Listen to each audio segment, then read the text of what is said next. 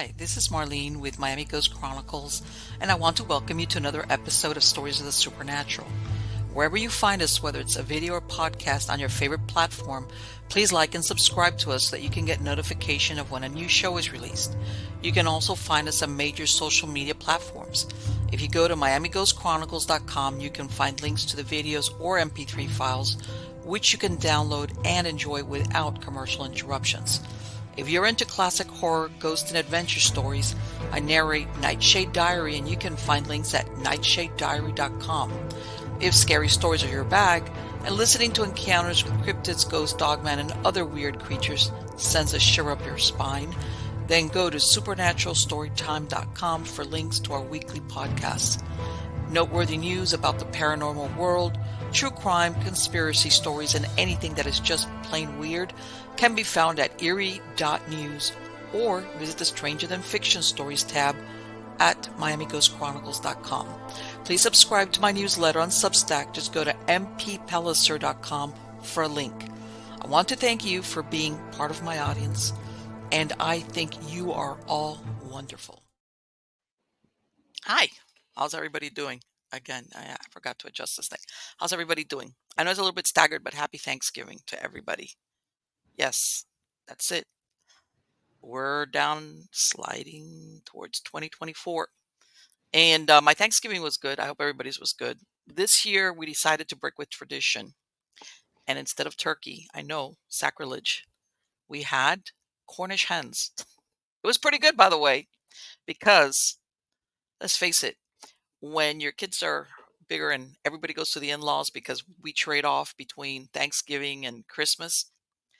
This year it was Thanksgiving was other households. It was like, I'm not going to make a turkey or even a turkey breast. So we said, hey, let's go down the road of Cornish hens, which by the way, were great. All right. These are pretty plump. As you look at them, you're thinking, that's a little like, no, it was pretty decent. And the rest of the stuff was the traditional, that kind of stuff that'll put you like into, well, even though there was no turkey meat there with a tryptophan to put you to sleep, but still, no, it was good. It was good. And at the end of the day, it's always, even though you shouldn't wait here, you shouldn't wait till Thanksgiving to be thankful, but it's good to have that one day where you really think about things, and you're thankful for them. You're thankful sometimes, and in some cases, even the difficult things you might have gone through during the year. It's like I said, we're winding down the year, especially if they're in the rearview mirror. You think, man, it was difficult, but maybe I learned something from it. Or you might have some great things going on in your life. And the reason why I'm going to mention this, I'm going to put on my metaphysical hypnotist hat. Here we go. Believe it or not, like attracts like. And when you put out that thankful, that you think about things that make you happy, all right, the things that give you a dopamine rush in the reward centers of your brain, you put out, how can I tell you, you put out a vibration that basically on a metaphysical level, you draw these things to you, a replication, whatever happened, you got a promotion, a new car, some people it's different. They accomplish something, maybe you were studying something, you got graduated a diploma, or you passed a test, or you finish something. It doesn't have to be, like the normal things that we think of as accomplishments. It could be something as simple as I finished doing something on my garden. I finish cleaning out my closets, whatever. All these things that make you happy, you revisit them. Um, and it's almost like, how's this? It's almost like the PTSD, but without the bad part. It's where you revisit it and it feels good.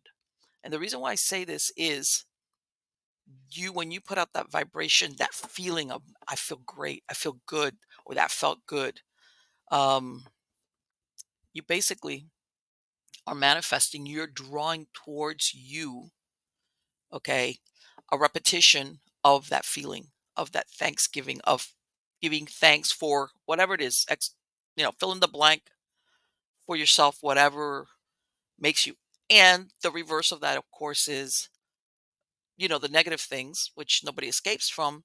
It's almost, if you want to, for lack of a better word, if you want to use your imagination a little bit, whether it is a situation or feeling you kind of like see yourself in a car driving away. You know, when you see something in the rearview mirror and you leave it behind. And the reason why I'm saying this is I use this hypnosis technique on some of my clients because what happens is that when you revisit, when you start replaying that negative memory, experience, feeling, blah, blah, blah, again, it works the same way.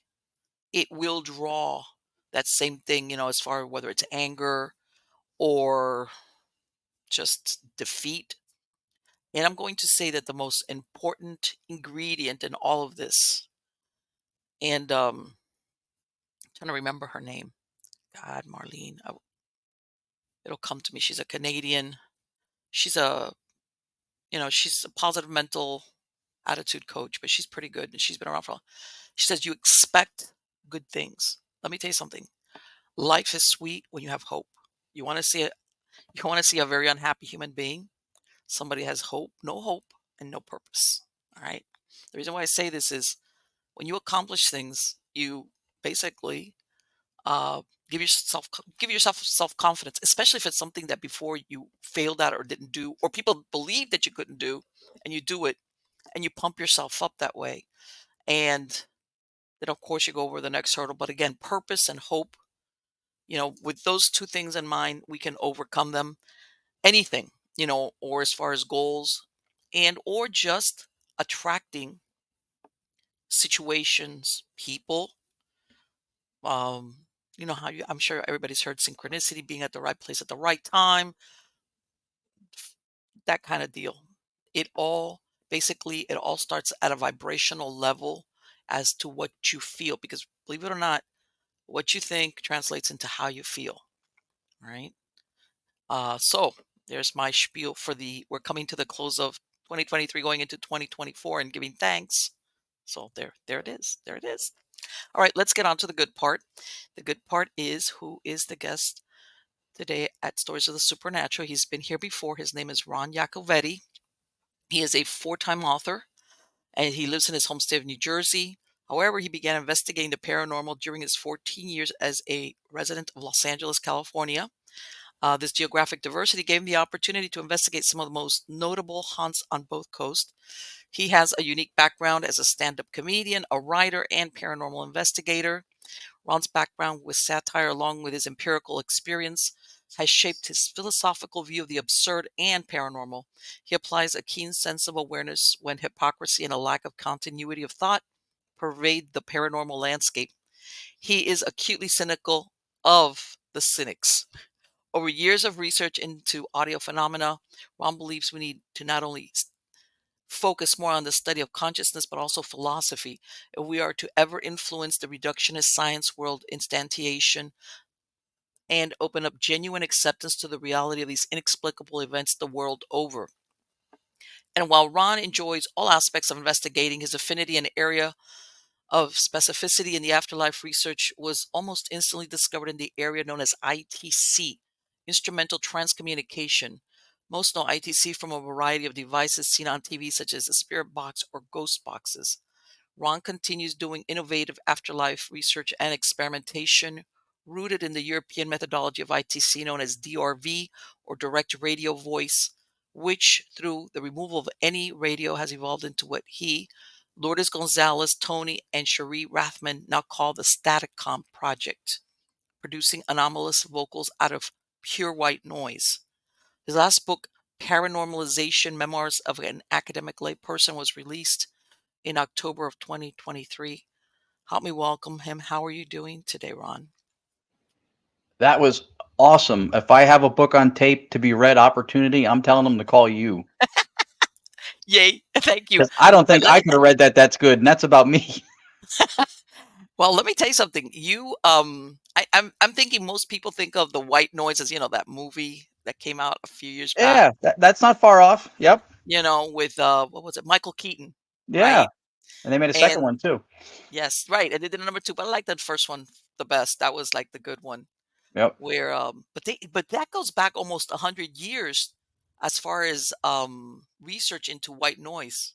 It goes further back as far as paranormal. Well, they didn't call it back paranormal research, but whether it was spiritism or spiritualism.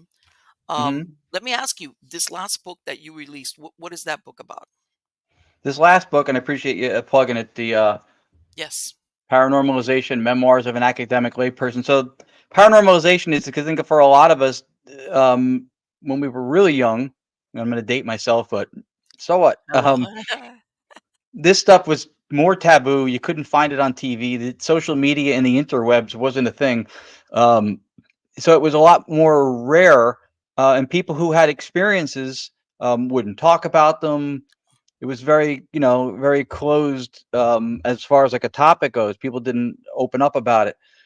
So for a lot of us, it's become the norm. Like we spend so much time doing it, researching it, watching other people's stuff, shows, podcasts, everything. I mean, it's far more of an anomaly for me to be watching a sitcom than it is for me to be involved in some aspect of this. So that's a normalization of this category. So that's where the main title came from. The Memoirs of an Academic Layperson came from. There's a very brilliant man. I've never really spoken to him too much. He's an academic audio engineer named Tom Butler, and he had a term called the academic layperson partition. And uh, and it is one of the things that he said that I really thought resonated with me, because a lot of the people who are in branches of science who will speak on this topic have either done little to no experimentation on it. They've never really given it a chance. Are very closed and biased against it, and those are the people who are accredited with knowing how to scientifically execute protocols and safeguards and do things that are vetted so that if you get anything, it's authentic. However, the lion's share by a long shot of aggregated data, and I don't say evidence because some people are iffy about using the E word, but aggregated data that is and is not evidence to be reviewed and assessed, the lion's share by a long shot, the boots on the ground, are the lay people. With the sure. boom of this stuff through TV and media, it's a huge tipping of the scale in the layperson direction. Yes. And the problem is with the partition aspect of academic layperson partition is that those two groups are not working with each other. They're very exclusive. They're mutually exclusive. So you don't have the learning of protocols, and you don't have the mass aggregation of data, which could show trends and consistencies and stuff. So I thought this is something, the people who are the academics and the PhDs and the masters, the only difference between those people and the other people is the education level, which has to do with reading and research, learning the landscape, seeing what's been done before, knowing historically what the landscape looked like before now, what's changed, what's been learned. And that's what I've made my business over the last probably 5 or 6 years of the 11 or so that I've been in the paranormal field just in general. So that I feel like that's a role that there are certain people in the field that have adopted, which is being by category layperson if they don't have the highest degrees. But I do have a degree. I have a bachelor's in communications. I was very deep in studying philosophy. Satire, as you mentioned, from comedy, Mhm. is an extremely detail oriented, focused area of philosophical thought. So that was a role I thought that I wanted to step into and see if I could help bridge the gap, hopefully lend credibility to the field or to what I do in turn as well. There are other people in ITC who studied aspects of quantum physics, and for me, it was a little bit heavier into the philosophy and consciousness stuff more because I'm not a builder. I never built the ghost boxes. And so I think that a majority of ITC talks or lectures over the last 25 years would have been very electronics and circuit oriented. Um, I don't go that direction as much. I understand it. I can speak to it, but it's not been my area of focus, which, as you kindly Well, mentioned, the Staticom project and white noise I'm took going me to in a say, though, also, different let's direction. face it, academics, some of them have a certain ego problem with accepting anything from a layperson source. Right, right. So They kind this of like, if I, oh, who knows, This book speaks to it because there's again continuity of thought and satire. Comedians do that, right? When you think of the old one-liner jokes, you drive in a parkway and you park in a driveway, right? Where the terminology doesn't meet the definition or doesn't seem to. So there's a lot of those people who will say it's not credible because and actually in the beginning of the book there's a 10-point question thing that was from a website with a group that does spirit communication research. I don't name who they are, but I read it, and it was like it was as much of an ism as rageism, ageism, sexism. Like it was just taking the whole ITC category and just saying like these are yes, no, yes, no, like it was a big blanket statement. And I read it going, this is absurd. So I opened the book with that, and I refute every one of those things, which is just showing how ridiculous it is. That mindset, like you mentioned, is true. And people will say, well, if you're not at an accredited university to be behind closed Right. doors in a laboratory, then you don't have the credentials to make your work vetted. Okay, that's fine. So first of all, how are the astrologers or how are the people who do astronomy, anthropology, are they bringing entire societies? Are they bringing planets into laboratories to study them? So field sciences are recognized, right? So there you go. So there's one thing. The other thing is historically in paranormal research, in afterlife research, in ITC, a term, by the way, which was coined by a physicist named Ernst Sinkowski in Germany. There have been people, Konstantin Rodovay, one of the fathers of EVP, and they used to call the Rodovay voices, which is the precursor or the earlier time of direct radio Yes. voice with Friedrich Jurgensen.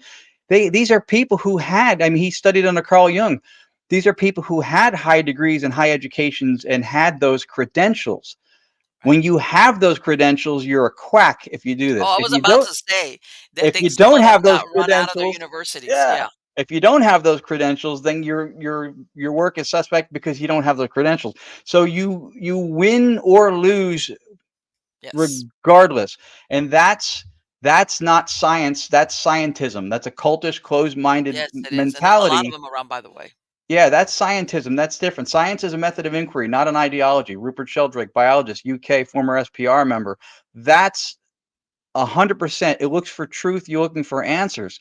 If somebody says everything paranormal is BS or everything paranormal is a ghost, that's Yes. not a skeptic. The people who think it's all BS, that's a cynic. That's a believer, is what it is. Yes, Because it that's a is. belief system. Well, I'm going to give you an example, and Houdini, which supposedly spent Yep. all this time trying to debunk. He debunked them. That was the case, but really, what he was trying to do was be convinced. There had to have been Right. something in him that wanted. How can I tell you that wanted to be confirmed? Maybe he never spoke about it, an experience he had, but he was looking for somebody outside of himself to confirm it. And it's almost like he would get mad, you know, because he of course he was known for basically like chasing out all these what he calls charlatans and Yeah. spiritualists. But I think the flip side of it is that he was hoping somebody would provide some type of proof And that he could that's believe in. and that's the dead end part right there. Because when Yes. they're operating from a point of an agenda or a bias, Yeah. Bigfoot could hand them their car keys and they wouldn't believe in them.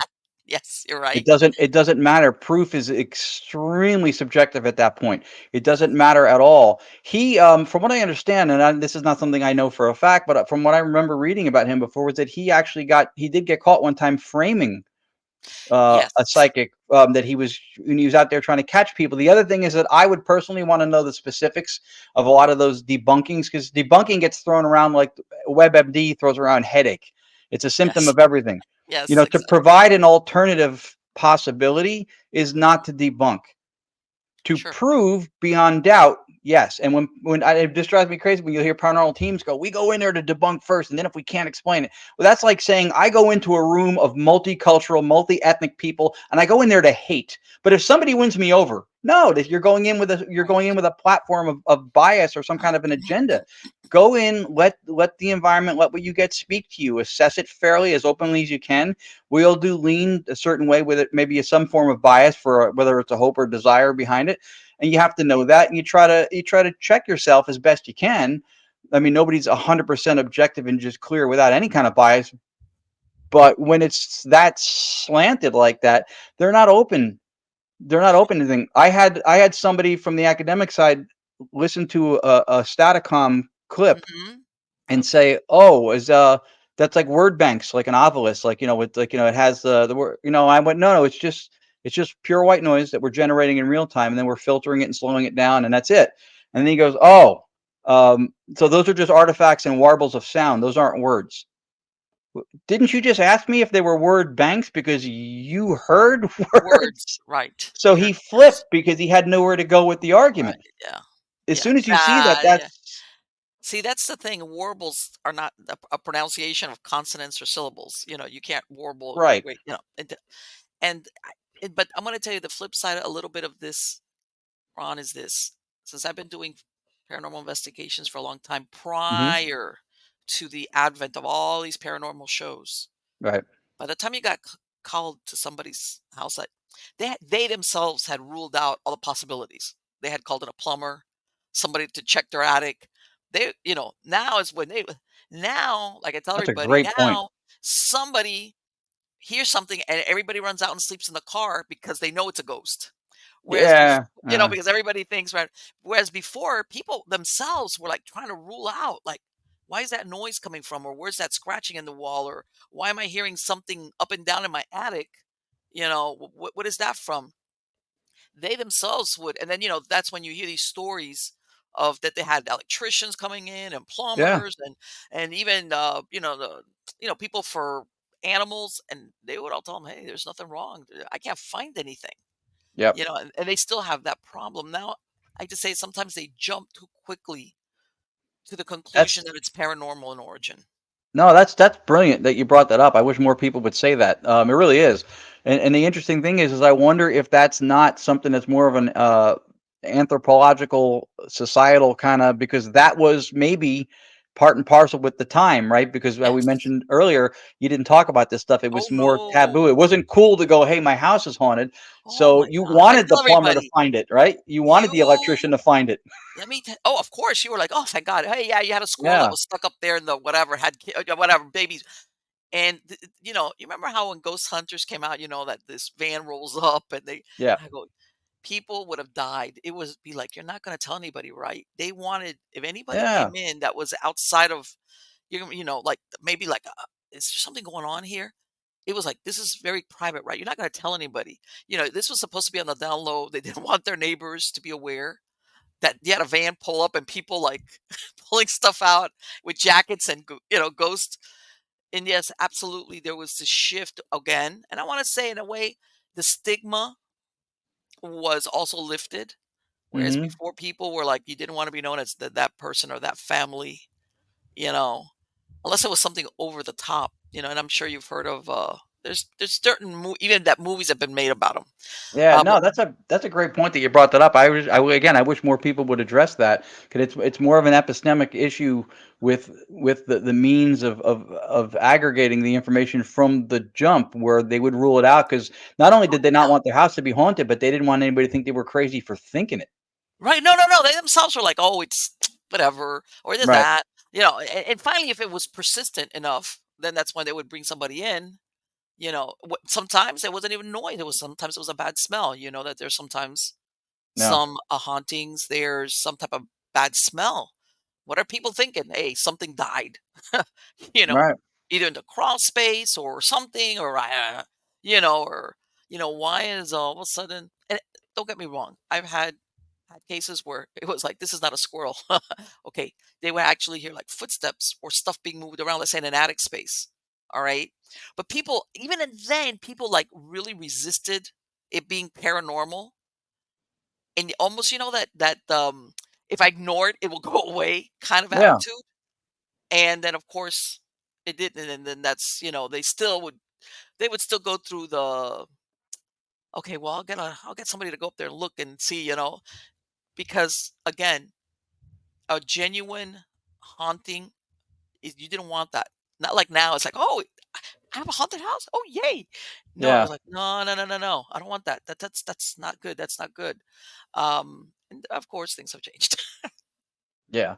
But that's generally how paradigms will change. Is it's going to be Yes. over a course Yes. of time when people of the old guard pass and people who are more open or a little bit more middle ground take hold. That's always been from the scientific community historically. That's always been the issue. It's never been a problem to investigate what seemed or to look into what seemed to be mystical or magical. They've always done that. The Right. issue has always been not whether something was categorically or seeming to be like magical or fantastic. What always became the fear eventually was the meaning behind it. Because I mean, look at historically, Isaac Newton was mocked, laughed at Mhm. for what he had proposed with gravity, and they had even said at the time that not only did they think it was absurd, they were trying to attribute it to, it had to be something that was fitting into the materialist reductionist mindset of accepted science. And that's the world instantiation that I mentioned in the book. Especially at that time, it's got to be something that's reducible to the smallest particle that it can be measured. It's got to be something for What was material it? I science, heard that, or they don't adhere to it. So they used to say that instead of his gravity theory, that it was something called effluvium, which was like this invisible elasticy kind of a thing, and the effluvium would be what would attract things to each other, just because they could, if they could find it, they could measure it. So they made it something physical, even if you couldn't see it. And they didn't really look at repulsion, electromagnetic repulsion. And then flash forward, Newton in the annals of history and science, because of the big thing that he did. But at the time he was coming out with it, mocked. well, no, no, So this is the what was it that I heard, Ron, one time? What was it? That they said the biggest discoveries, or accepted, how was that, academically, is when you have a block of these, the old timers die off. yeah, They kind of measured it, and they said when exactly. you had this block of the guys with what do you call it, with tenure? How's that? Whatever, Yep. the ones that have been calling the shots, they all die. Yeah, the old guard. The old guard go away. Then you have a wave of accepted new theories, or whatever you want to call it. All Exactly. right, because they're the ones that were like, they're like, no, no, no, no, that's not. Let's, Exactly. yeah, yeah, And that's how paradigms, which are theories and beliefs that are held, mainstream or widespread, that is how they change too, because of the people who are, again, in the academic or scientific community, especially if they're not involved in paranormal stuff like those of us are. hmm um, for them, the paradigm is not built on aggregated data assessment and experimentation and everything experiential. That's not how it's built. It's actually what's filtering out the things that don't fit into it, which is the true, reverse of how it should work. yes, So there's no arguing or trying to influence or change that. I also don't like the concept of the whole group thing, hive mind kind of a thing too. It's like, if I listen to sound and I've been communicating and hearing this language that I know my whole life, and all of right, a sudden when I'm listening to audio capture that's seemingly paranormal or anomalous in nature, all of a sudden then I'm told what the limitations of my hearing are, the ideas of pareidolia and mishearing things and hearing. yeah, And yes, those things happen. But if right, it happened at the rate of audio capture and review that people are getting stuff these days, then there's got to be some kind of data of mishaps and misfortunes happening in the workplace and socially. Like, how would I get through life if my hearing was that faulty? I mean, nobody walks true, in to the supervisor's office and they go, "You're fired." What? A new car?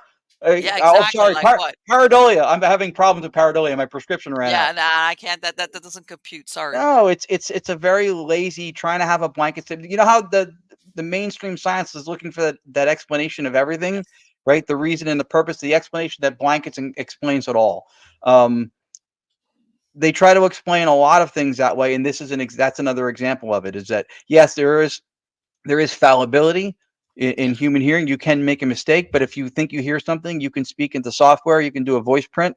And if the spectrograph matches with the words you thought you heard, those are the words you heard. And then if you can look at the spectral tonality and the density and the patterns where it has the same resonance and tonality with diphthongs, consonants, and vowels that speech hmm does, then Yes. how do you look at that and go, that's artifacts? That's a minute and 10 seconds of a voice, and it's all artifacts, and it's forming a coherent, timed, relevant sentence. Exactly. Exactly. And you know what, Ron? I want to mention real quick before we go any further. Yeah. As far as everybody thinks that anybody that's involved in investigating the paranormal will fall for anything. And I tell everybody, you know what? On the contrary, I set my bar really, really high. Even Yeah. Well, before, people would send me pictures or this or that. And I'd look at it and I'm like, sorry, there's nothing there. That could be anything. On the right. contrary, I mean, I set my bar really high because it was like, what's the use of, this mediocre type of evidence? That's not what I'm Right. looking for. And your But yeah, bar got set high because you have experience. You have wisdom, you've right. been in the field for a while. You've learned that you now wouldn't agree with everything that you in the beginning had to say. Oh, no, no, no. You've And evolved, plus and that's and even some stuff that you look at and you go, "It could be," but even then, you're not happy with that. It's like, "Nah," being on the fence about something in the paranormal field is not really good. You have to be like, this is it. This is the genuine McCoy. This is it." Because right. of the nature of the beast, this is where because you know that everything as far as when you present something, you wanna have that, there's no doubt that this could be what it is, whatever it is. Yeah, and Um, that's for your own satisfaction, edification, and integrity, I think, too, because you'll still put something that you think is a slam dunk in front of somebody, and they'll go, "Nah, it's this, or maybe it's that," or and you can't, this is not. We're not looking to win over the people who are, have already decided, oh, no, and no, that's and sometimes that's forget it. that's a conversation a lot of times. I don't ask people if they believe in ghosts. I ask them how much they know about them. How much do you know about them? Because a lot of times it's a faith-based, decision that they've done no research, no experimentation. They haven't sat through the residential things and the sessions like you have, but they have a belief. They're going to tell you there's no such thing as this or that, Mhm. and they don't have any idea of how it could or could not be true, how it could or could not be proven, but they have a deep-seated belief in it, which Did you ever at the beginning when you started, did you did you ever have a recording or something happen that you were like that you weren't that made a that you got convinced you was like, "Holy crap." Did you ever yeah. have that moment? What happened? The first aha I had a couple of those aha moments. The first time I was with the first groups I was with in LA, and I remember this woman was doing live listening during EVP. She had the headphones that amplified it, and she heard something, and she said she heard this thing, and then she played it back on the speaker, and it was there. And Mhm, that was pretty impressive to me because in the moment nobody heard it. Um, I got into ITC. I don't know if you know Chad Lindbergh from Fast and Furious. He did that show with John L. Tenney. Um, mhm, so I got to tell him this story in Las Vegas in 2021. I went to a Paracon there. I When I was new, I did the Glen Tavern Inn in Santa Paula with him, the late Debbie Constantino, and it was yes. like 30 people on the third floor of the Glen Tavern Spirit Box session, SB7. Everybody introduces himself, last two people, and then Chad, and he goes, and a hi, and I'm Chad. We all introduce ourselves. And it was not even 20 seconds, give or take, afterwards, and a voice goes, I know Chad. And I was like, what was that? And how did that happen? That was my aha moment because I was like, wait a minute.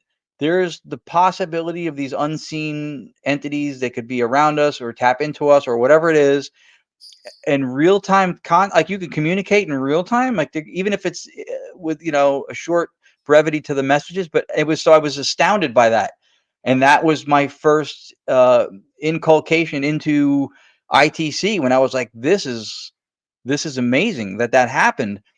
And then I got into it deeper, deeper, and deeper. And that with what we're doing now with the Staticon project, what we found is that there's a lot of, and you probably found this in the paranormal too, because you have a very critical mind and you have a lot of experience. And thank goodness people like you don't quit the field, because some people do when they see how pedestrian it's become. I think it was Yes. Jim Harold from Jim Harold's podcast. Mhm, He called it the paranormal was like today's bowling leagues. Like everybody's got the matching T-shirts and they're out there in their teams. And yes. so some people who were more academic when this was a smaller, club, Mhm. have kind of pulled back and they're not as involved anymore. And I understand it, but that's dooming it to the fate that you're afraid that it's already taking on. Right. But Well, sensationalism, unfortunately, is what's ruined it. The pursuit of yeah, sensationalism. How's that? And, yeah, I've seen a lot of groups that they go by the wayside. Number 1, when they realize, you know what? A lot of investigations, if you're doing residential, you end up doing them on the weekend. What do you mean? I gotta give up my weekend? Or you go and yeah, it's really boring. You yeah, know what? Now that you mentioned Debbie Constantino, I had totally forgotten. That was very sad what happened with her. Very, very sad. yeah. She You was know? nice. I mean, I didn't really know her, but I got to work with her once or twice when I lived out in California. Never Yes, but I worked with her remember husband, they Mark. they did work a lot with EVPs and recordings and things like that. Yes, I do Amazing remember EVP that. work. Yep, amazing EVP work. They were great. Yeah. Um, And yeah, when sometimes and that's why I tell everybody sometimes you hear or you witness or you experience whatever that sometimes you don't even capture it. You don't because just the timing is not perfect. Right. But all you need is that acknowledgement when you do that checklist in your head is like, this is really something genuine. That Yeah. convinces you. It's like, I don't care if nobody ever believes me. All Right. right. I know what this is. And you know, so it's almost like that's when you really turn the corner in the paranormal work. Yeah. That you're like, all right, yeah, sometimes if you capture evidence or whatever, or like you said, and I know of people that it's only after they start analyzing recordings that they actually hear certain things. Hmm. But I wanted to ask you because everybody's very familiar with the EVPs as far as, like I said, stuff that comes up sometimes after the fact that people it was there, but maybe it was too low or Yep. garbled a little bit. Hmm. The white noise, I Hmm. think that's super interesting because basically, if you could explain what does that do as far as facilitating communication? Best question ever asked about ITC from Marlene. Love it. Yes. Yay. Because that is the crux of the whole foundation of what we do and what we found and believe. Um, so EVP is record and review, and everything historically in the beginning were electronic voice phenomena. In I believe it was the 70s, the physicist Ernst Sinkowski in Germany coined the term ITC, or in Europe TCI, transcommunication instrumental, to differentiate between record and review and actual dialogue in real time. Hmm. That was the purpose of the term. So most of us who do ITC work don't refer to them as EVPs. Again, there was a gray area at the point when everything was under the EVP umbrella. So they used in early EVP research white noise, Right. and Jurgensen did it a couple different ways.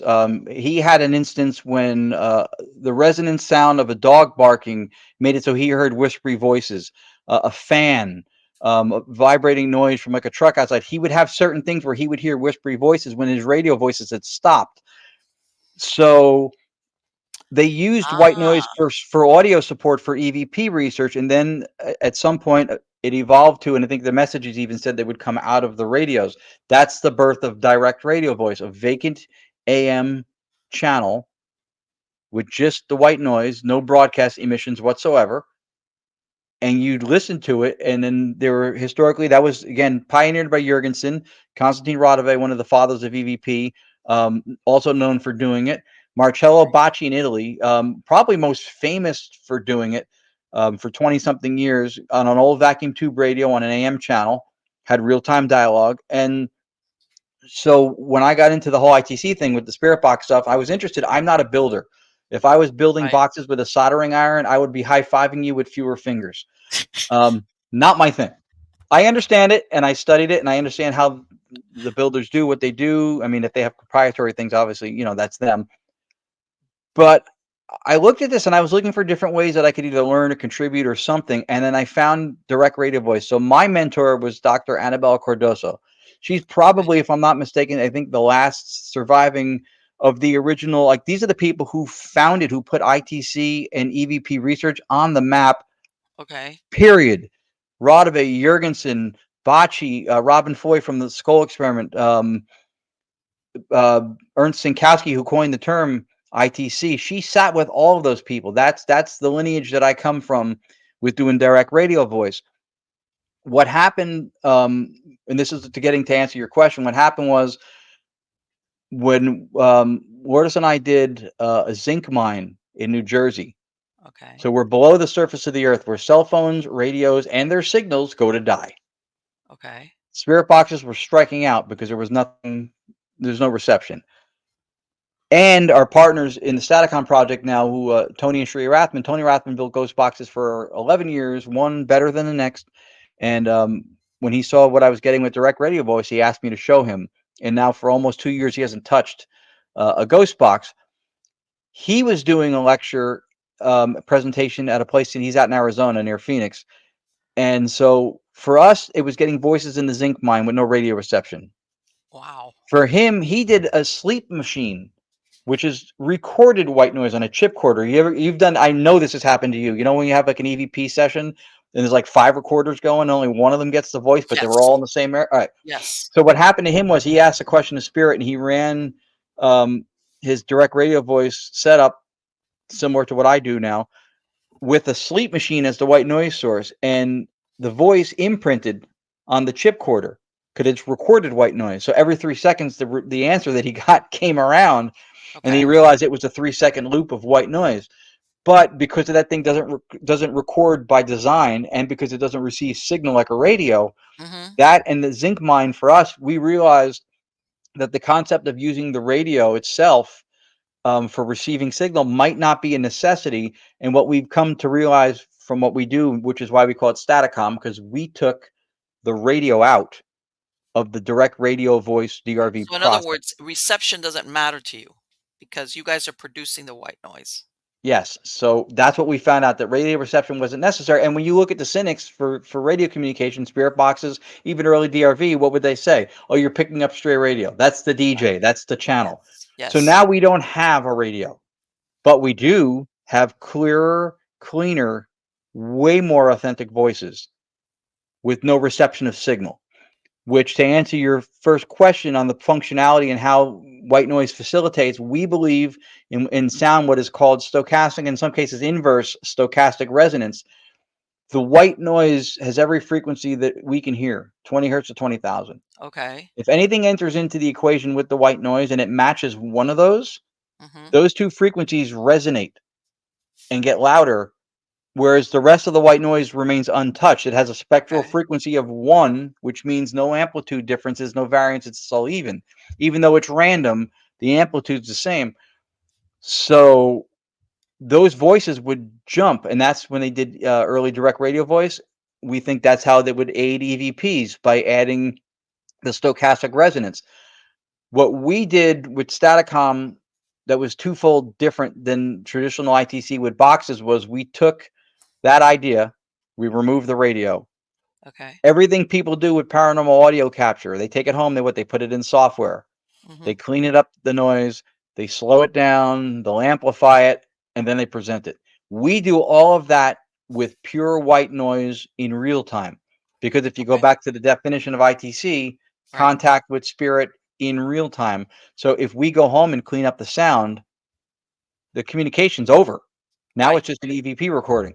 So that was the other thing, and especially the thing that we've done that I've not seen ever done before in ITC history, is we took the flow of live white noise and we slowed that down. Not a Okay. sweep speed, because it's not a box and it's not sweeping. We took the flow of live white noise and slowed it down, because another historic thing, and this is why reverence and familiarity with those before us is important. Another thing that they used to say, Rodove was to say, that was voices would come in not only faster than we could detect them, they Mhm. came in faster than the human vocal tract is capable of speaking. Hear me, Wow. faster than the human vocal tract can speak. Okay. So we had an instance in Vernon, New Jersey, at a location when everybody was walking around. I was setting up the direct radio voice. So I was still using the radio for the white noise at the time. And a voice came in, and I didn't hear any of this. I heard Okay. on, which I actually said, if you know who I am, go ahead and say it. And they said, Ron. If you listen to the whole message, I can send it to you. It says, Ronnie, it's mom, it's Lucy, which is her mother. I'm connecting. Not even hearing that, which now speaks to consciousness, right? I say, is my mother going to be with me tonight? I didn't even hear any of that. And then it goes, yes, you're lucky. All I heard was on. You know how I found those messages? I slowed the recording down to Right. 50% of normal speed. And the enunciation Ah, and okay. clarity sounded like I am speaking now. Wow. I sounded intoxicated. I assure you that did not happen at Oh, that yeah. moment, Uh-huh. but the recording was spot on clear. And that's when I was like, you know what? There you go. That's what the researchers were talking about. So I asked a bunch of people who built boxes that how do I slow down live white noise? And there was no easy, fast answer. And that's Okay. not a knock on anybody. I didn't have the answer either. That's why I was looking for help. Okay. But we found a way to do it. And Tony Rathman, from our partners in the Staticon project, he found the specific component when I explained to him what I wanted to do. Him and his wife Sheree have been extremely helpful and instrumental to Lourdes and I in advancing So let what me we ask now you call something. Staticom. That faster pace, that's the Hmm. norm then? Like, more often than not, once you slowed it down, then you were able to even, I guess, understand it better? How's that? I think so. You have such you're really I'm not trying to placate or be nice Ah. on purpose here. Like your questions are really, really good. Yes, I think more often than not it happens. I don't know if it's all the time. Mhm. When we try to slow it down, I do it within reason to a certain degree because otherwise, just like speeding up or slowing down any audio, you can distort or maybe lose messages. Yes. But I do think that a lot of times we miss what's there, even with a box, whatever the white noise is being accessible to them through. I do think that the voices come in faster a lot of the times and off cadence and sometimes Okay. hard to find too because a lot of communication, like if you see me right now and I go like this, even if you're talking, I got something to say. Yes. A lot of communication is visual. I think a high percentage, Yes, it 65, is. 70%, right? Yes. So we Body don't have language. that. We don't have the luxury of that when you're doing ITC work. So everything is completely like, especially when you have, and we have the noise floor, like minimal, like it's pretty silent between vocals. So you don't know unless it's conversational pacing that you're going to get a response to Okay, start I'm listening. I gonna think ask that's, you 2 questions, which I think if you're listening to something at hmm, real time yep. and you hear it, you know, and you respond to it, do you see the pace pick up where you see more communication coming in? Like, in other words, they're aware that you're actually hearing them? Yes, you need to start teaching courses on doing interviews because these questions are great. Yes, that is a trend that we saw. I have a bunch of examples. Some of them are on our website. One of which was pretty funny. We were at the Massachusetts Paracon, not the last one, the year ago before that, and I was running it in the hotel room. Lourdes comes out of the shower, and I'm running the system just to make sure everything was good. And we heard a voice go, "Hi, Lourdes," and I went, "Oh," said hi. She goes, "Oh, hi, how are you?" And the voice goes, "I'm good, babe. Love this bitch." And she was like, I love it. and then she That's said, "Well, great. who are you? I need like a name. Like, who am I talking to?" And the guy goes, "I'm Avon Jennings." So we've had more instances when there's a dialogue. I mean, if they're hearing us or somehow getting our thoughts as vocalizations or however the Mhm. transmissions happen and commenting on our environment or what we're saying or what we're doing, it may be an aha moment for them when we respond that we're actually able to hear what's coming through to us. Okay, let me ask you, now that you said that, have they ever responded to something you were thinking? Yes, that has happened. Actually, that I'm glad you brought that up because you were talking before we were mentioning about like consciousness and philosophy and stuff. That I think accounts for if you look at and this happens to everybody, ghost box people, EVPs, whatever it is, what we're doing. When you ask a question, especially with boxes, because in real time is when you really know that it happened. But sometimes on a recording, you'll still hear it, and the answer comes out the second you finish the question. As you're asking the question, Lourdes Okay. asked one time about communication in dreams and stuff through sleep, and before she finished her sentence, because she was kind of taking her time and saying it slow and kind of, and before she got to the word, they went in your sleep. Like somebody said, like they said it. Alright. Like So they finished the sentence for her. I think yes, because I think, and I don't have the mechanical roadmap of how exactly it works. I have ideas, but I think it is in some way through consciousness and through how we're all connected to unitary consciousness. We're alters of a greater consciousness, and I think that might be how that happens. Because the other explanation, if you want to stick to materialist physics, where Mhm. everything can be measured down Right. to a smallest particle, or if you want to take it from that route, from that perspective, then what you're talking about would be categorized as superluminal communication, faster than the speed of light. Wow. But if something is not traversing a distance and it's already there because you're a part of it, because you're connected to it, then yes, it's not superluminal by design in the way we think of traversing a distance. The answer is already there, so it can accessibly come out or be uttered through the mechanism or whatever you're using to communicate the second you finish because it's not coming from somewhere. Right, We're let me part of finish so I can hear and then the processing. yeah, we're part of a collective unitary consciousness, and I believe that is. And there's a great gentleman who was a computer engineer, and he worked at CERN named Bernardo Castro, and he talks about unitary consciousness that way. And if unitary consciousness, if you look at it like a big body of water, like a large stream, and what we reflect on, what we tune into with our brain, which is the transceiver, Right. that's our self-egoic reflective experience, and that consciousness grants us that ability to reflect, which is also grants us the ability to suffer, which animals that maybe perhaps work purely on instinct don't have that same luxury of reflecting on the past and the future, and then having the feelings that come with that, even when you're not experiencing something in the moment per se. Right. But I think that the same way that our reflective experiences, he equates them to like a little whirlpool, right? That's what you're reflecting upon. That's your concentrated area of focus, your Mhm. existence. Your self-egoic resistance being the whirlpool in the greater unitary consciousness, right? The big body of water. The same way the whirlpool doesn't create the water, the brain doesn't create the consciousness. It is within Part of it. the Have they consciousness. ever commented where you think they have to be seeing me? They have to be seeing us. In other words, they've okay. So in other words, this is not just strictly People are gonna think I gave you communication. questions to ask before the show. They're gonna think I fed you the right questions. No, Because no, here no, all no. I know, but these are all the right questions. Yes. I was at where I was working previously, and I had a drink, and it was an orange beverage. I said, "What color is my drink?" And they said, "Orange." Um, Okay. colors of the couch. What color is my shirt? What color? What's the sign I'm pointing at? We were at the Ritz Theater in South New Jersey in Haddon Township with a group called Parasite Experience, and our friend Frankie Adeo, who runs it, and then Lourdes, a couple of people wrote on a paper and folded it up and put it downstairs in the bird cage. It was like a prop thing in the front of the building. And we asked for the word, and it came through. Steve Dills from Transcend Paranormal in Virginia, we did it in the courtroom down there last year at the Hanover Tavern Paracon. He wrote his friend's joking nickname on a piece of paper, face up, put it on the judge's table in the front of the room. Nobody saw it. It came out. Um, so we think, interesting, right? Go back to what I was talking about with consciousness.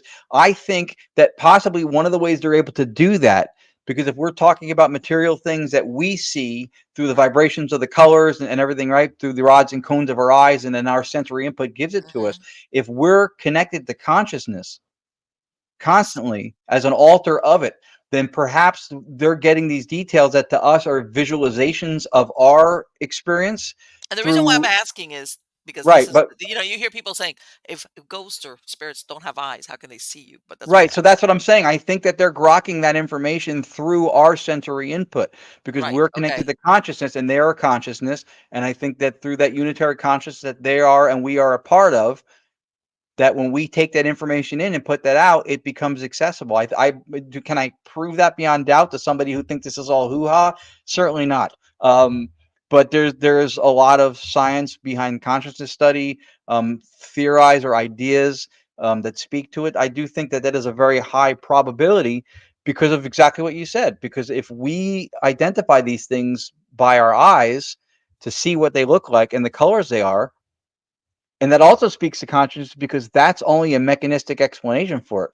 You and I will have the same shared experience looking at the color red, let's say, Yes. Exactly. but what's called there's a philosopher named David Chalmers, I believe from Australia, and he posed what's called the hard problem of consciousness, which is to explain what's called qualia or phenomenal experiences. Those are the things that you're aware of when you touch, taste, smell, see, hear. Right? If you see red and it reminds you of your first convertible car and you were driving along the coast with your hair blowing in the wind, and I see red and it reminds me of the car that hit my friend when we were 12 and he's dead. Yeah. That's two different emotional experiences that we have Yes. when we see that color. So if experience the color and if consciousness was purely within the brain as a mechanistic process, then everyone would have the same reaction to the color red because it's mechanistic and it works through the same Right. thing. It vibrates at this hertz level. We see it this way. It comes in that way. We have the same experience. That's not the case. It doesn't speak to those No, qualia it's personal filtered. It's experiences. filtered through, like you said, through the Yep. experience of that individual. Transceiver. The Yeah, brain doesn't create the consciousness. whatever it just goes through the circuits in your brain, like you said, good, bad, Yep. whatever. Do you has have you ever had any communications where they've asked for help? Help? Yeah, yeah. I mean, I think that's pretty common with a lot of paranormal people just in general. Whether it's Hold on a minute. EVP. Hold on Yep. a minute. And everybody knows because I have, come here, you little son of a gun. I have a puppy. Oh, No, she's technically not a puppy anymore because she just turned. There you go. And I'm hearing something going crack, crack, crack, crack. All my other dogs leave it alone except her. Come here. see? You found Come a here, puppy, Dixie. not a ghost. Okay, Oh, This is Dixie. This is my she's How I call her cute. she's my I call her the mascot for the Fight Club because she's got one black eye, Yeah, that's awesome. so yeah, she's Super always and cute. I call her cigarette girl or the white chick. Get out of here. But Super anyway, cute. yeah, I was hearing something on crack crack and all of a sudden I look and I was like, Ah, Jesus Christ. that's great. We were But doing our anyway, podcast one time, and Tony Rathman's dog pulled the plug on the power strip, and his whole all of a sudden he was gone. Like, what yeah, happened? The yeah, dog. yeah. It's like, and I'm telling you, who needs kids? You got dogs, and it's like, That's but right. that thing, and the reason why I ask you is that I think that, yeah, you hear about if somebody you're thinking asks for help is like, oh my god, like how do I help you? Yeah, and that's see again. I love that you said that because that was something else I read one time. I'm trying to remember who the author was, but it really struck me. I was because they go when investigators go into locations and they go where they offer help, or especially when they go, "We're not here to hurt you," and I understand that it's coming from a place to show a positive or a Yeah, friendly intent, but the author had posed it in a way that almost put a hubris spin on it. Like, like how are you going to do that? How are you going to hurt them? How right, exactly. It's like, okay, yeah, exactly. Yeah, almost and I understand. overstating our imprint, our impact on that kind of a situation. And I get it. I mean, if it's coming from an intent place, I don't think it's bad. If people are trying to say, "Hey, listen, we're not here for confrontation or trouble," and that's the Yeah, terminology they you could. use. I'm perfect. I've never done that. I've never done none of this provocation, confrontation. I think that's a waste of time. Personally, I think that's stupid. But Yeah. I've never either because number one, you never know. You might just be talking to thin air, but you really sometimes don't really know what is there. Mm-hmm. Okay, and for this, I'm going to go off a little bit off the thing. If you've got something that's a little bit darker, Mm-hmm. basically you're kowtowing. Okay, if you want to look at Yeah. it that way, to something that's either dark or human or non-human. I don't know. It's just your actions will speak for you as far as what you do or what you say. Mm-hmm. If there's anything there to begin with. But again, have you had that experience where you've gotten a communication of what sounds like somebody asking for help or anything It like that? happens. It happens, and we engage it because we try to engage in real time conversation anytime we get the chance through what we do. Hmm. And with Staticom, it's been a lot more frequent, a lot more likely, and then it's for us. We're looking to make this the closest thing to Edison's phone to the dead as possible. It's Right. like an open line, and Yes. we have had instances when it's asking for help.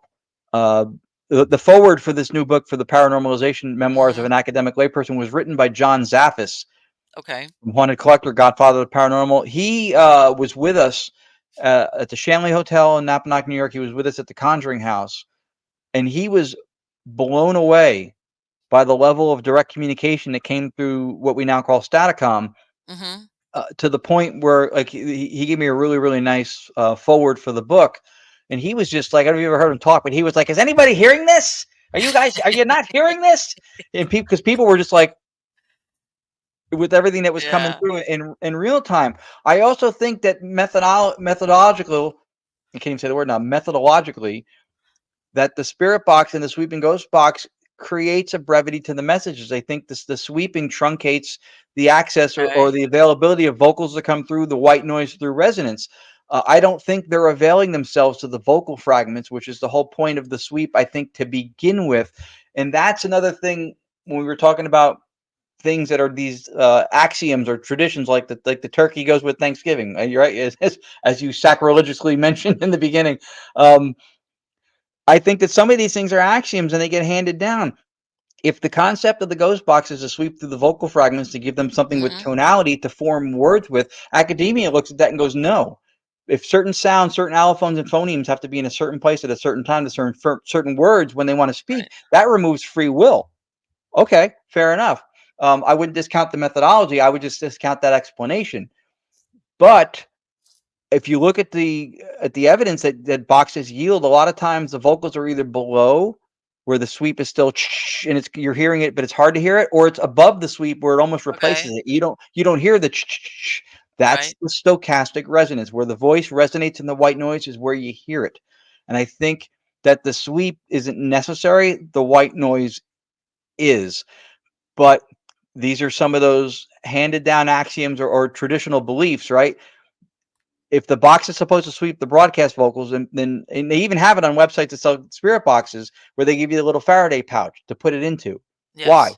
Are people snip the antennas? Why? Because you want to get rid of the radio reception to rule out false Exactly. positives. Yes. But that's what you're supposed to be sweeping through. That's why you're using a radio. It's supposed to fragment the vocals. So you want to get rid of that. Then what people do is they take the spirit box in the Faraday pouch, blocking the RF signal, right? Because it conducts it around the radio.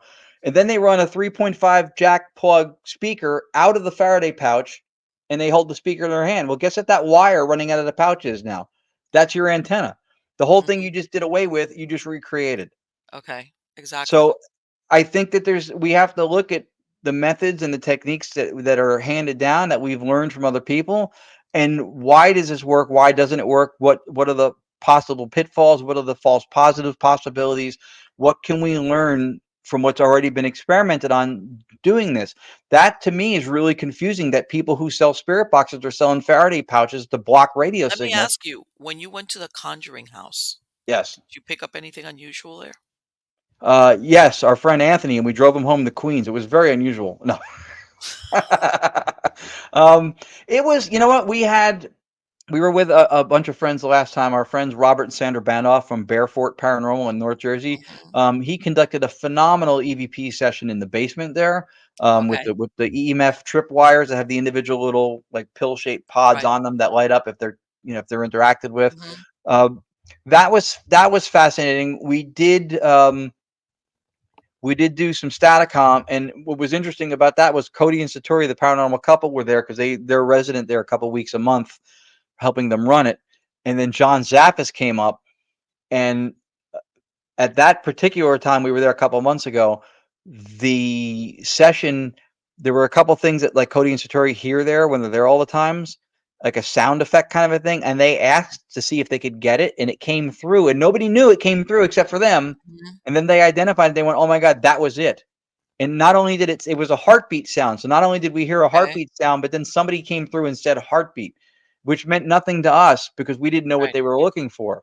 Right. Um, so there were some profound stuff that had come through like that. I will say on a side note, and this is just my own personal advertisement. If anybody decides to go to the Conjuring House, at Mhm. least book it through the Conjuring House. There are some people who book this third party who will Right. drastically mark the ticket price up and then will charge you for people. When we went, they charged John Zaffis. Really? Yeah. Hey, So, and the owner was made aware of it, and nothing to rectify it was done. But Lourdes and I had paid for the ticket, and I and the and reason I'm why I'm I'm asking this is, in this case, the Conjuring House, historically, I know it goes back and it's got its history, right. and it's like, do you think that whatever supposedly was there once upon a time is still there, or is it something new, or what? Because I know in some cases, historical places, after a while, whatever is there dissipates or goes on its way or moves or goes off. And Yeah, what do you think? it's hard to tell. Um, what I love about that question is that it brings up the one thing I think that gets overlooked a lot in the field is that there's a lot of supposition. We don't always know. Um, I will be careful to use words like I think, I believe Hmm. this could be. I Right. won't say I know for a fact. I almost never will use those words because it's difficult in, like with situations like that to really know. You Exactly. know, is it the same spirit that was there? When the Perrin family was there, when Andrea Perrin was there? I don't know. If somebody came through that said something proprietary that happened back then that she never told Right. anybody and only they would know, and then she Right. validated that, that speaks to it. But And the then if reason why I say is that sometimes, you'll go to, I hate to say it, but well, I'm sure you've heard of it. There's people sometimes, I'm sorry, it's the house, but sometimes it's also the family or the person. or Okay. the people that are there investigating, it could be Right. somebody with Yeah, of them. course. Oh, of course. But I'm going with, let's say, in a situation where this house, the family that lived there weren't investigators, or where they weren't doing Hmm. that. Sometimes people have their own spiritual turbulence that walks with them. Hmm.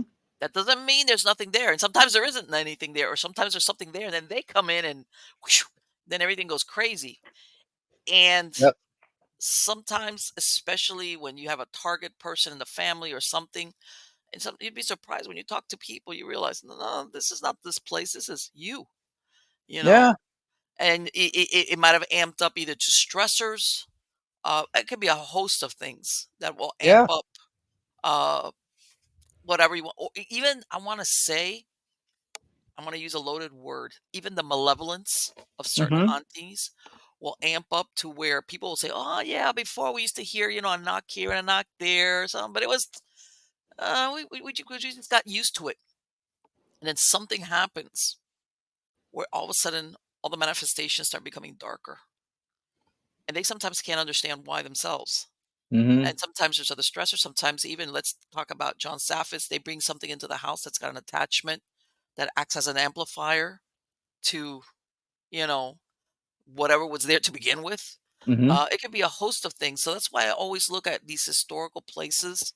You know, if what's there is either connected to a person or, sometimes people that don't know how to do spirit communications.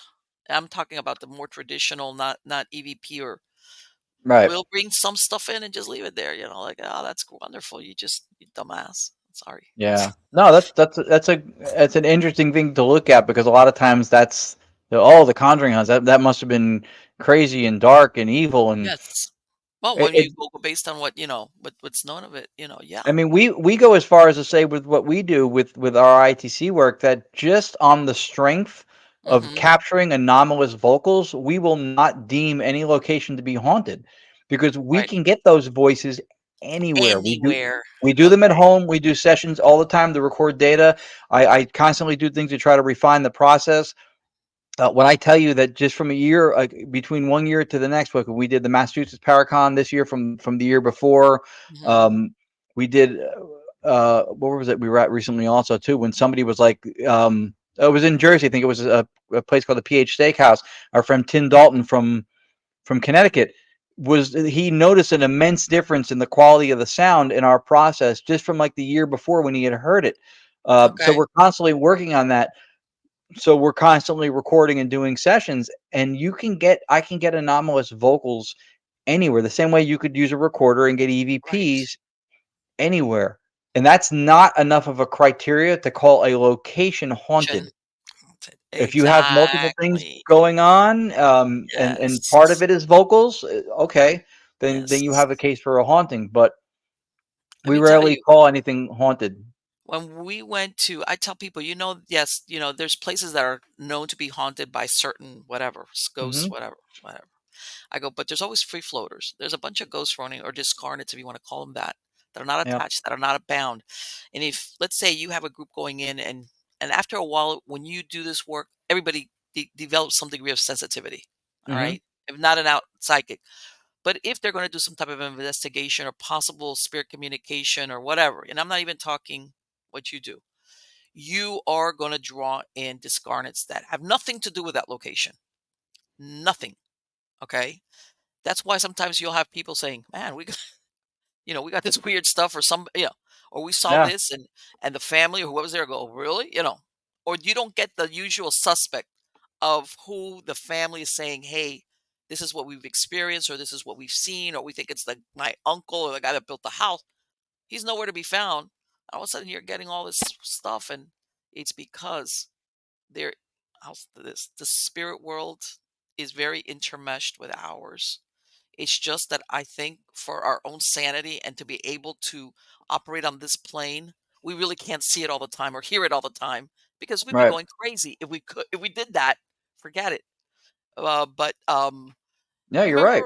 the movie Ghost, that Mhm, part where it shows Whoopi Goldberg once she really becomes psychic, and she's in that room and it's surrounded by all these people, trying all the ghosts, and they're trying to elbow each other out of the way yeah. to jump in and be the like, listen to me, I want you to listen to me. I think that is more based in reality than people think. Oh yeah, absolutely. It's so funny that you said that because when we first started doing direct radio voice, and then eventually, like I said, we evolved it into Staticom by removing the radio. part of the cleanup of the process was getting rid of what's called the noise floor, which is that crackly kind of. So, and I Yeah. got that out so that only vocals would be what pushed through. Right. But without removing the white noise from the equation, because I think that's what they're using. Right. But at first, we heard a lot of voices, more voices, lower, higher. It was like a whole cacophony of voices. And I remember Lourdes looked at me and she goes, I think this is what it feels like for the mediums who feel like when they're in a location that's got a lot of activity or there's a lot of presence, where they feel like there's just a lot of that kind of crowding and people just trying to get in. And Yeah. we still, to this day, when we do sessions with Staticom, as clean as the sound has gotten, and I have kind of filtered it to a less chatty, people will still say it sounds like there's a conversation happening Yes. over there. And I, well, we'll think about it. There's like six of us sitting here now, or whatever the number is, right? Right. If they can hear us, or if we are communicating, Hmm. they would say the same thing. It sounds like there's more than one of them over there, and sometimes they're talking to each other.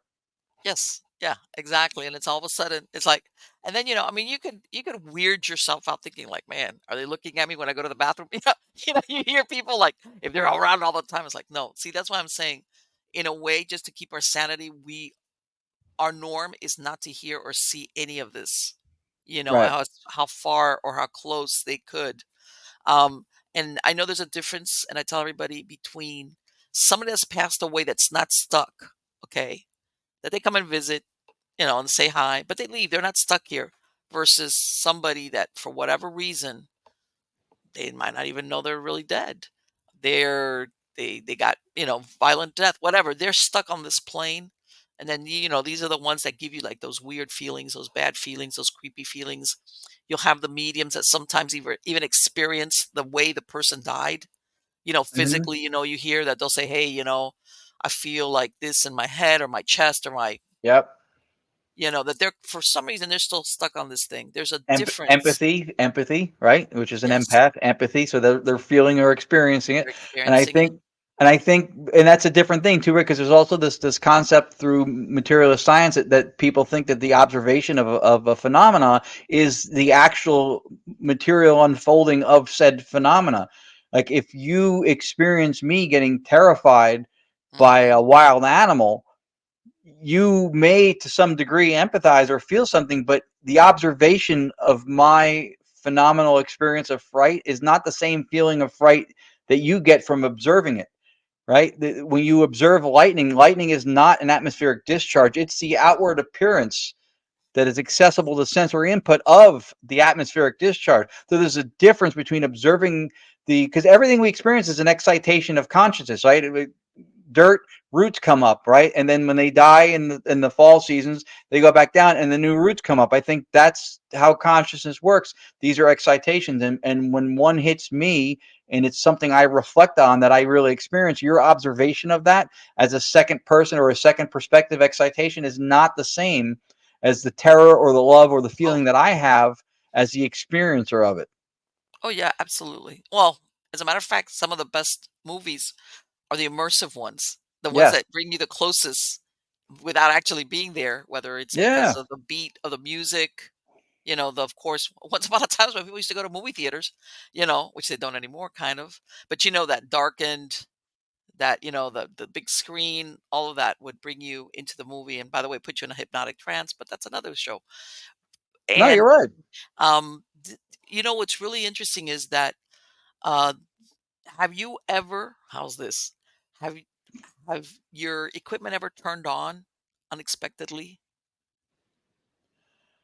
Staticom has not turned on unexpectedly because it's a couple different. It's Okay. not a box or a device. It's Okay, a maybe I'm thinking methodology. of a switch kind of deal. But those kinds of things, yes, those kind of things have happened. I did have a ghost app that I played with different ones over the years. I did have one of those open up on its own and start running when I lived in California one time. Right. I went into a pizza place to pick up food. I left the phone on the dashboard and a little clip because I was using the navigation at the time on there, and I came out, and instead of the Google Maps on the thing, it had this whatever the ghost app was, and it was running. And I didn't open it because I was not. I was driving like 10 minutes from my house and back to pick up food. So I think that can happen. And to speak to, since you kind of steered me through that, the apps that are used for spirit communication, I'm I'm a little indifferent. I think from a research standpoint, I wouldn't put forth a lot of it myself because I feel like that there's an immediate bias. It's like Mhm. trying to sell people on the idea of hurting animals or doing something harmful that like nobody in their right mind would admit to thinking that's cool. Nobody. So that the bias is so ingrained into Mhm. the acceptance or the lack thereof, that when you mention apps, there's an automatic discreditation that happens when you mention apps. Right. Do I think that some of them have produced results that are anomalous? Yes, I do. Oh, well, you know I what? don't think I'm gonna I tell you a don't think quick there's a story. magical app that does it though. I No, think no, if they're no. You able know to. what? And I agree with you because I hate to say it. We think of something that's produced as limited, and it's not as scientific as what you guys have devised. But I want to give you a quick story. One time, I can't remember what the name of the app was. I had it on my phone, and I was in Key West, Hmm. and we had gone into where they had Robert the Doll. What was it that time? Anyway, it was Oh, getting dark, and there was a little cemetery, the Key West Cemetery, and I just walked along the perimeter. And I turned it on. I wasn't expecting to get anything. That was me just goofing off. Out of nowhere, I get the word Winslow. I was like, Winslow? Winslow? I'm looking around. No, I mean, nothing. I have no idea. That came, I didn't know any Winslow. I was like, oh, I got back. I started doing some research. A ship, because you know that there's a Navy hmm. base down there in Key West. A ship called the Winslow had gone down. And there were some sailors that were buried from the Winslow in that cemetery where I was walking through. In other Wow. words, this was no, I had no idea, Yep. no connection, no You found it subconscious compelling. nudge. It was like, all right. Yeah. I mean, I looked it up just because it was such an unusual name word kind of thing. Hmm. I was like, I gotta look this up. And Yep. luckily they have a pretty decent legend as far as who's buried there. You know, as far as the people that went down, the and everything and where they were interred and all that stuff. And it was like, "Holy crap." And I was like, "Okay, I didn't make this up." I just like and those are the I'm saying those are the moments that sometimes even when you're goofing off, you'll have Yeah. these you'll have these incidents that you're like, I can't write this off. I No, can't." well, I'll tell you two things on that. One, that's a great story. The timing and relevance are the two main things that we use to govern anything we think might be an anomalous communication or vocal.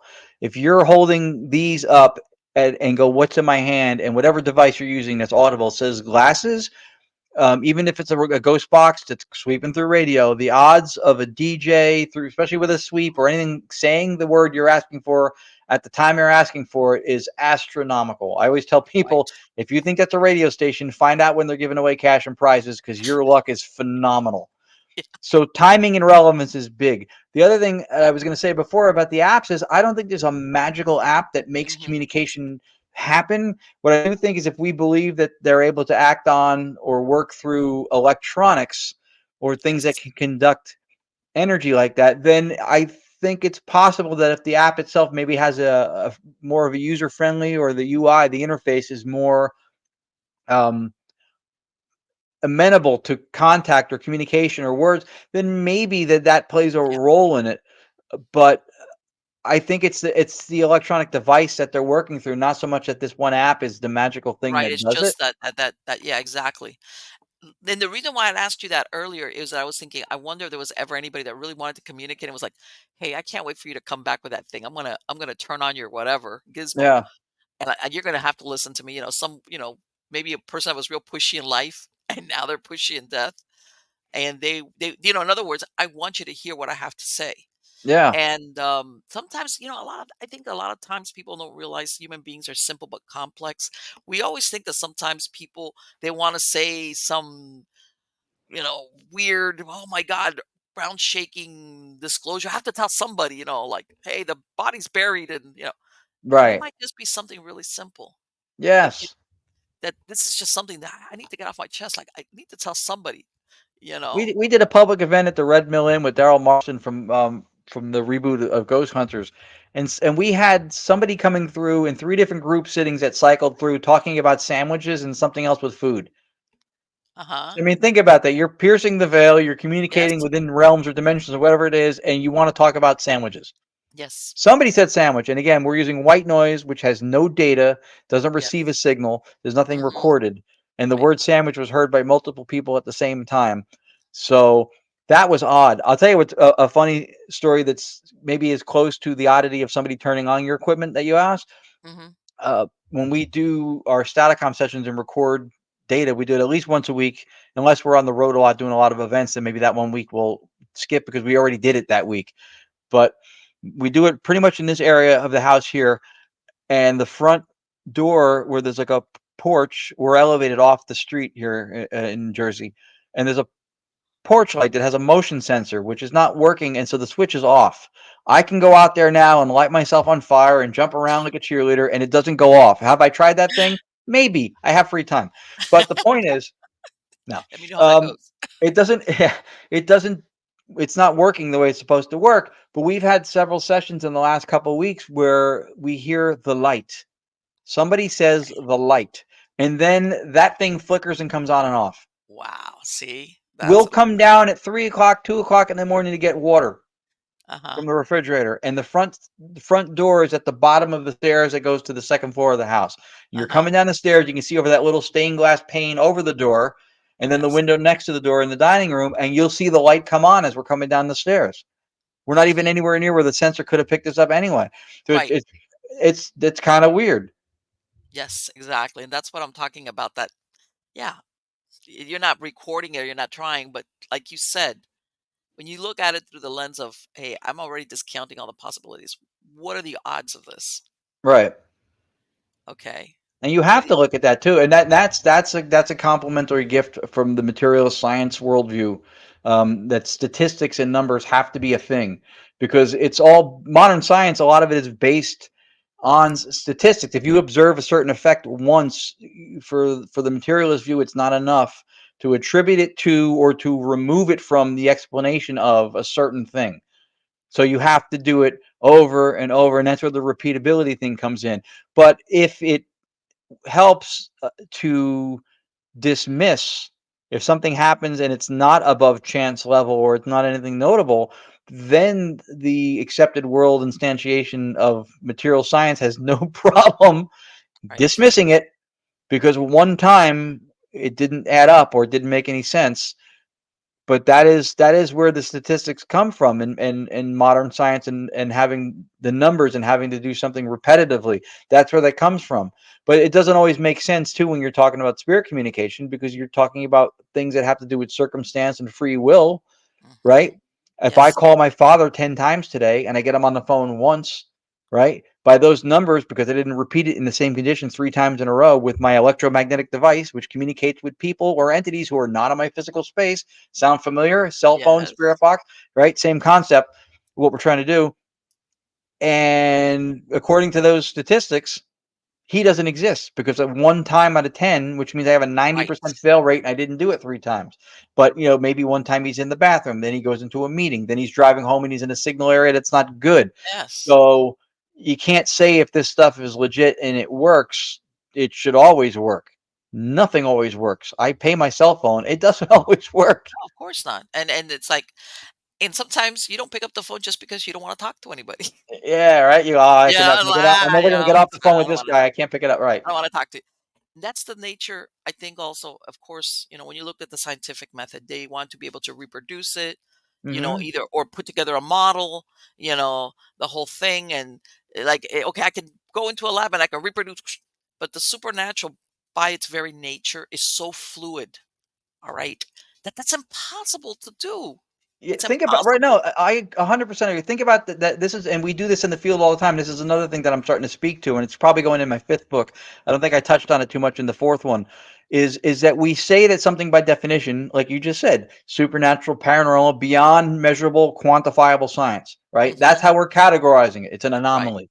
right. And then, in order to prove it to people who may or may not be on board, who maybe never experienced it, don't believe in it, then what we try to do is we try to cram it into a modern world instantiation, material science, measurable, quantifiable box, which is exactly where we said it didn't belong to begin with. And one of the conduits to try to do this has been quantum physics and quantum mechanics, because we're Yes. finding something that science, as we know it, may accept or may start to infuse more into the world instantiation, but at the same time, it still kind of speaks to stuff that might be anomalous because we don't know yet, which is kind of where materialism goes with promissory materialism, where they say eventually science will explain everything. And again, when they say science, you can't refer to science as one person or one entity. Science is a whole body of knowledge and people, and it's a method of inquiry, and there's different views and everything.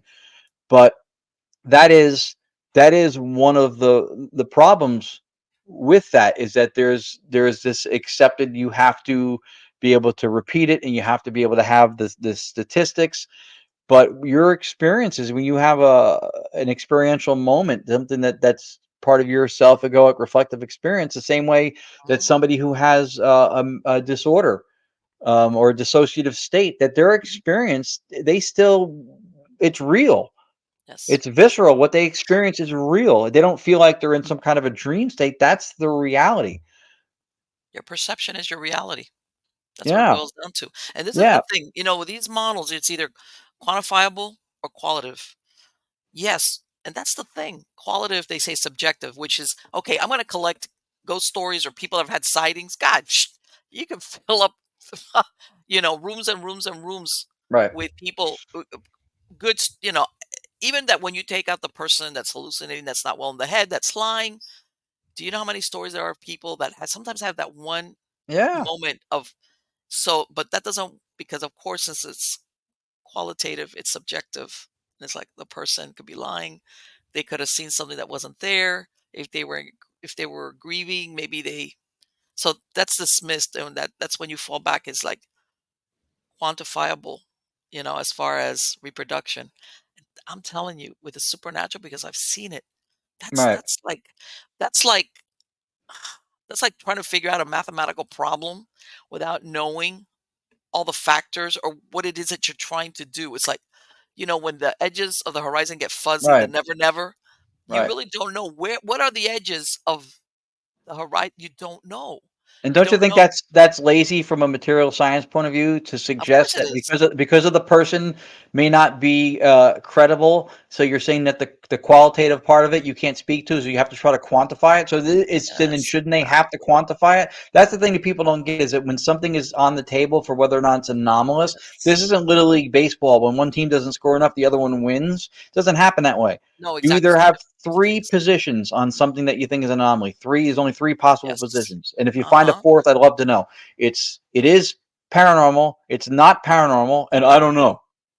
Right. Right. So if I don't prove that it is paranormal and you think that it's not, if I fail to meet the burden of proof that's acceptable to you or whoever's deciding, then the onus is on the person who thinks it's not paranormal also to prove it. And there are people in the field who are cynics or skeptics who will say that the burden of proof lies with the person making the claim.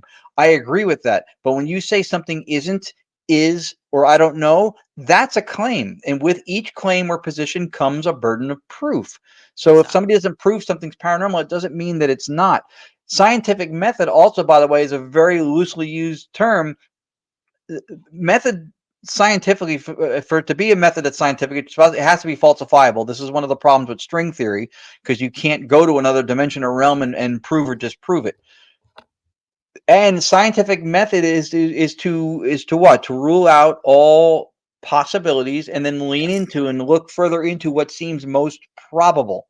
Yes. The problem with that, and this is why I love philosophy and consciousness, from a philosophical point of view, that assumes that when we lay into something, that we know what all of the possibilities are. Right. And we And don't. I don't think that we do. Of course not. We don't. That we don't. I think the only time we're ever going to figure that out is when we're pushing up daisies somewhere. There you go. Because otherwise, it's and again, part of it, and you have to ask yourself, don't get me wrong, I agree with us wanting to know, but maybe there's a reason why we don't know as far Yeah, as being alive. And maybe there's a reason why, whether you want to call it beyond the veil or whatever, right. there's a reason why, as far as being here in this plane, which is what we're supposed to be, by the way, with a body and everything, is like for you to operate sanely Mhm. on this plane, you cannot have that information. All right, you just can't, because you would either go crazy or who knows. but I just don't think it's compatible with everyday existence. All right. And again, even with the thing of the communication, and I want you to think about this, especially let's say somebody that's grieving, that's fresh in grief. I can Hmm. understand that desire for wanting to communicate with somebody that's passed away. I get it. But can you imagine? And I've seen it myself, or even without that, people sometimes get hung up and they don't live their lives. You know what I'm Hmm. saying? Now, can you imagine if you were able to talk all the time to this person that passed away? And it's like, okay, but what would you do with it? Because that person's dead and you're alive. Okay. That person cannot, you can't do the same things.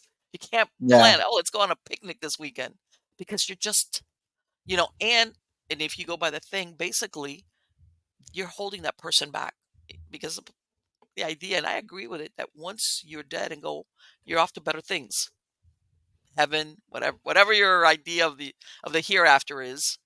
All right, better understanding of whatever. Oh God knows that maybe this is so dense here on this plane that yeah, it's like I'll hang out, I'll come by and visit, but I've got better things to do. Which is what we all hope for. Yeah. You know, once we pass on, I do believe, of course, that our soul, our spirit, our self-awareness does exist once our body doesn't function anymore, which is why you hear a lot of these near-death experiences, where these people see their bodies, all right? And if they look at themselves, they still see themselves. Yeah. It's But that body there is there, and you'll hear a lot of them say that once they come back into their body, then all of a sudden they feel all the pain, everything Yeah. that's attached to Yeah. the nerve endings in their And body. But they in the meantime, that was still them, floating out in space and watching everybody, do whatever they were gonna do. But let me tell you something that I think is so fascinating, Ron, what you're up to. That is so fascinating. No, I appreciate it. We've actually had, and this is unintentional, we ended up on the path of the gentleman I mentioned in Italy who used the old vacuum tube radio, Marcello Bacci. We started taking direct radio voice and now Staticom out at events, and we started doing what's called the Digital Seance Initiative, which is when we would do regular direct radio voice sessions at a public event or investigations. A lot of times we were doing it, and then people would go on a break. They're opening soda cans, cracking open potato chips, and they're not. And his voice is coming through, and they're not hearing it. Right, Um, so I thought, well, if how do you get people reined in? Where has that happened before? And they went, ah. If you look at all the old Victorian seance stuff, and they're all sitting around the table, hands there. So we tried to create either if it's a larger group, like just a circle without right, the table, maybe, right. and we started doing these digital seance events where people are silent and focused. So if we do it at an expo, we have an exhibit room like the New Jersey Power Unity Expo we do every year. We'll have Mhm. closed door times on the top of every hour. Close the door, and everybody's in the room. They record, but it's a digital seance.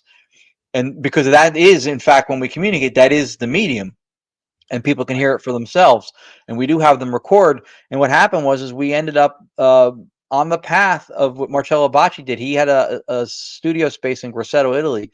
Most of the people who came in were parents who had lost children at a young age, Yes. Hmm. and they would hear the children come through, and they would have these moments of closure or connection. Yes. And so we started getting messages and emails from people after all these different events. Hmm. My brother-in-law died in a motorcycle accident. This is him saying his name and his voice. Now I don't know the guy's voice, but she sent me the recording. Sure Right. enough, there's the name. The guy saying Hmm. I am, whatever it says it. I'm here, whatever. Our website, Because Gagnac what everybody Paranormal. wants to know is that Yeah. person okay? That's really what everybody wants to know. Our website, Gagnac Paranormal, has a testimonials page because I started getting these from people after all of these events.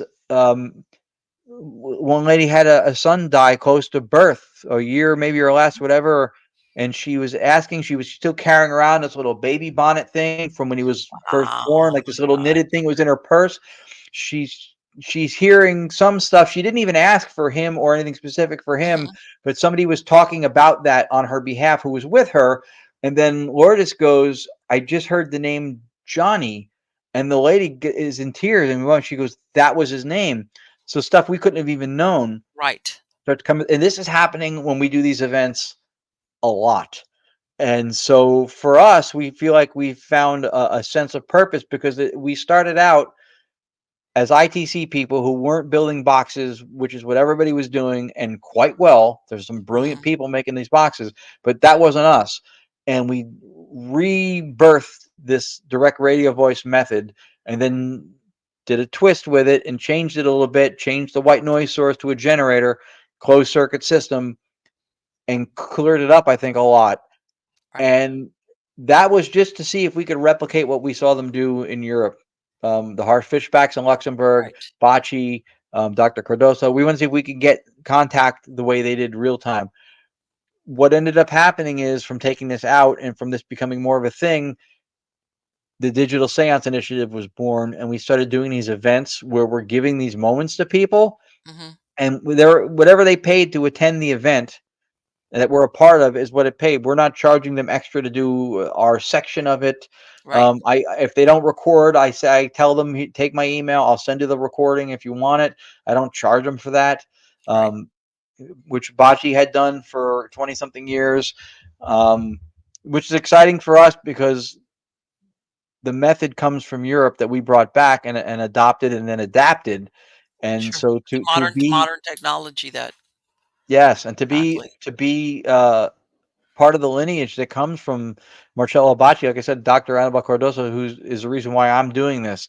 We have as mentioned here, a docuseries on Paraflix called "Knowingly Mhm. Talking to the Unknown." It's the slug line Wait, wait, from my wait. first book. Where is that docu-series appearing at? You said It's on Paraflix? Paraflix, Para Flix, Flix. It's a streaming service. It's like $40 a year or $4 a month. Okay. If they say Alright. Staticom 25 is a coupon code, I think get 25% off. It's a Okay. a 3 episode series. It's Lourdes Gonzalez, myself, Tony, and Sheree Rathman, and we explain the genesis of the how we brought direct radio voice back and how we changed it to Staticom by removing the radio. We explain the resonance and stuff. Okay. Bloody Mary from New Orleans did a testimonial. Dr. Annabelle Cardoso did a Wow, Bloody testimonial. Some of the Mary. I had not heard she's still around? She's fantastic. Yeah, we worked with her um, when we went to New Orleans in I believe it was in March Okay. this past year in 23. Uh-huh. She had us do it. It was funny. We went to her museum and we'd Okay. sign up for the tour she was running, and we look at it and there's two ITC people who are commemorated in her museum, which I thought was cool. Frank Okay. Sumption, who made the Frank's box, which led to the Ghost box and Spirit box revolution that we now have, Uh-huh. the sweeping box, and then Marcello Bacci. There's a vacuum tube Okay. radio. So we were like, oh, that's cool. We do something that's derived from actually my mentor sat with him. She was friends with him and his wife. And she's like, oh, she goes, do you have it with you now? Because she saw I had a case. And we went, yeah.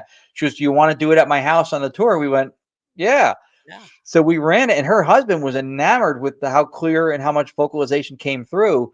So the next day, she goes, "If you guys want to go to the museum and run it, Yeah. go during the afternoon. I don't know if I can make it, but go ahead, just tell them I said it's okay." So we were going to go like 3:30, 4:30. I think the museum closed at 5. And she called me and she goes, "Hey, can you guys go at 6?" Yeah, we're on vacation. We can go whenever you want. She goes, "Because I want to join." She goes, "I'm going to come with you after the museum's closed." So it was just me and Lourdes and Bloody Mary Okay. in her museum doing Staticom with her, which was awesome. So she was really cool. She was like, "I want to put a thing in the museum about Sumption, Bocce, and you guys now at Staticom," which Okay. was really cool. But yeah, Okay. she was That's great. great.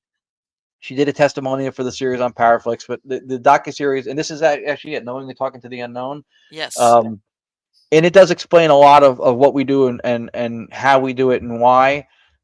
The genesis of it from the direct radio voice method that we brought back. There are other people now that are trying to do similar types of things. I believe in large part through our influence because when I started doing DRV stuff, Nobody was I doing it. didn't see anything except ghost box stuff. Right. And ghost boxes are being done quite well. So people who are building them now are at the best it's ever been. That's the top of the game for ghost box builders, no question. Um, but this method I think is different. I think this method doesn't cause the same brevity or shortness to the messages. I think that the sweep does. I think the messages that they get to the boxes may even be longer than they realize, but the sweeping I think truncates or shortens the messages. That is so interesting as far as speed, because basically you're talking here trying to find a happy medium with the speed of what is how it's being transmitted versus how we hear it. Yeah. In other words, it's finding that, And that's know and that's shaky ground to be on too, because this is a concept, and this is what I said it would drive me crazy when you see websites that sell spirit boxes and they're selling it with the option of getting a Faraday pouch when it's supposed to sweep through broadcast. Yes, That's why it's a radio. But exactly. they're selling it with, here, here's a lawnmower. We're going to sell you this lawnmower, and then here we're going to sell you these feather blades, which are Yes. just kind of like sweep the grass, but not really going to cut anything. Yeah, it's Why not would gonna you work. want it? It doesn't do what it's supposed to do. But Exactly. That so is that here we come out of left field and we say not only do we think that the white noise is what they're using and they're not using the vocal fragments, but we don't uh-huh. even think the sweep is necessary. And so this is a very, again, you talk about the whole revolutionary coming out of left field. This is the accepted ITC. I call the ghost box the Q-tip of the paranormal, because anybody who thinks ITC thinks it's a box or a device, not a method. Right. And so to come out of left field now and go, hey, well, this method is how we think that they use the white noise, and even with the box that's sweeping, they're using the white noise. You know what this reminds So me of? You know the invisible man or the invisible yeah, person or whatever that you can't see him until you throw paint on him or something, yeah, and then you see it, but it's there all along. And it's almost like what I'm listening what you're saying is you're basically allowing a way maybe they're there talking all along and nobody can hear it. It's like for whatever spot on. reason. But Spot on. I think that from the beginning, I think that when direct radio voice used white noise for audio support, or actually EVP used white noise for audio support, which evolved into direct radio voice, I think that the reason the Frank's box and the Spirit box movement became the thing is because that's what got known through TV and media, and yes. that was almost like what's called stigmergy. It's like a grassroots, like just word of mouth kind of Mhm. how it spreads. I think that's how that became the standard or became the norm, and direct radio voice got lost. But when you saw what people like Bocce did, I was like, how is nobody doing this? This is unparalleled, Right. and nobody's doing it. And what Sumption did was brilliant, and it does work. I unquestionably believe that the ghost boxes work. But I Let me think ask you, do the you think efficacy of the method is not as good as direct radio voice. I think it produces more and it's cleaner and it's vetted because there's no radio now. that what Edison, because I've never really researched that Edison's attempt to communicate with the dead, did he know was he on that track or he was just thinking of something that was never going to work? I'm not sure. I know that Tesla said that frequency, vibration, and what was the other thing? There was three things that he said were the answer would to unlock the universe. Tony Rathman quotes it in the docuseries. I Uh-huh. think Tesla may have been more on the track, but I'm not as Okay. familiar with the Edison phone to the dead, or where the concept had Right. gone, or where he was looking to go with it. Right. But I know a lot of people in that time frame, in that era, in early communications of. I know Marconi on the first transatlantic broadcast, I believe, got voices that weren't supposed to be there. Really? I did Um, not know that. I got to look that up. That's Yeah, interesting. that from what I understand, Friedrich Jurgensen, who's the father of direct radio voice and one of the EVP pioneers, was recording bird songs for a documentary. Plus, he was hearing Uh-huh. just voices, and it was the same thing. It was support that was added through resonance. Okay. So we think that the white noise and the resonance is how we're able to hear them. Okay. I understand. I understand. That is so interesting. For my podcast listeners, Ron, what is your website that people can go to get all this information? Yes, the website is gonyacparanormal.com. That's Gonyac, Gonyac Paranormal, which I know everybody can spell. Gonyacparanormal.com. And that came from Gonzalez, Lourdes's last name, and Yacovetti, Gonyac. We went Okay. with Yak Gon for a second, and then we realized it sounds like a bug repellent, so we said no, we're not gonna do that. Gonyac it is. That's So great. that is, yeah, that is it's a truth. It works that way. Her name goes first. Well, And she's happy about that, I'm sure. It's like, "Nah, this sounds better." yeah, and she didn't feel well today. I was going to drag her onto the show with me, but she's another. Huge asset. Sometimes people's personal backgrounds or their professional backgrounds. She's a court reporter by trade. Oh, okay. So when that academic person was telling me I was hearing warbles and Listening. He said he's artifacts, good on listening. yeah, and when he's saying warbles and artifacts, I'm like, listen, if you're an audio engineer, then you can speak to how sound behaves, how it's produced, Yes. the properties of sound. But I have a court reporter, and Uh-huh. she listens to people at different cadences, speeds, Yes. dialects, talking over each other.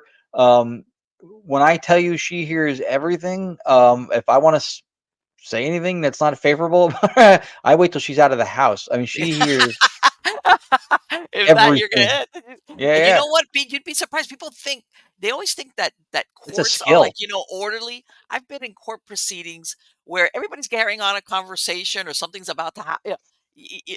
And supposedly people are not supposed to do that, but you Yeah, got no, stuff no. going on, especially if it's a smaller courthouse.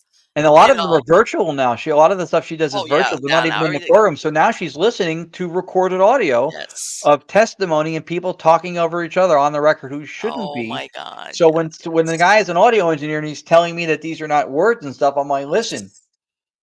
I'm He not the must. one that needs to stay in his lane. You are. I have a court reporter, and she gets paid Let by me the tell you state of New something. York to listen to audio for official testimonies. And Let me when tell I you something. tell She you, I must can she be must get ask her if she gets paid extra when they have an interpreter in the proceedings. She must be ready to pull her hair out. I wonder if she does. That's great. I've been sitting at my desk in this room Uh-huh. listening to audio, reviewing it. If I don't have headphones on, if I'm just using the sound bar, and from the other room, she'll be like, "Wait, rewind that. Rewind what? There's something there. Are There you you go. serious?" Yeah, but man, And she's great. She's like, "What? That's the best thing you got. That's like a forget it." And, in so other words, she that's where a lot understands. of my confidence of I know I'm hearing words and this is not sound artifacts because Uh-huh. not only have I not had a problem with my hearing my whole life, she that's her area of expertise. That's her focus. Those people who I produce know. She sound and absolutely does. engineer sound, good for you. You know a lot of the properties and behaviors, but when she hears it, that's her authority, and Yes, and she's good. absolutely.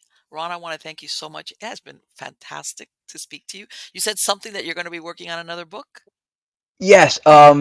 So we are doing. Our calendar's been busy, and thank God. We're doing a library lecture this coming Saturday in New Jersey. The following weekend, we're in Gettysburg doing a Mhm. Spirit Squad event with Intuitive April, Sam Beltrusis, Alec Matsuo, amongst, I don't know if there's any other people. Forgive me if I'm forgetting. In January, we're doing the Hanover Tavern Paracon again Mhm. in Virginia. We'll be doing a few different Paracons this year. We'll do the New Jersey Parunity as always, Gettysburg Battlefield Bash. I believe we're also doing the Penhurst Paracon this year, Oh, you're going to Penhurst? and yeah, and so and this is, and I wanted to be able to say this. We were kindly and honored to be invited in September for Mhm. 5 days to the Festival of the Unexplained in the UK. Wow. So we're going to be speaking, we're lecturing, we're doing panel discussions, Okay. investigating some places that are over 600 years old.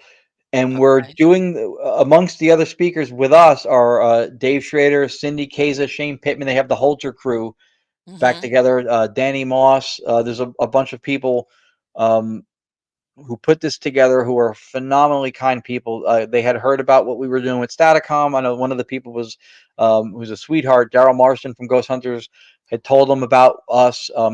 They watched some of what we were doing with Staticom, which are files on our Gagnac Paranormal YouTube channel and on Okay. the evidence page of Paranormal.com.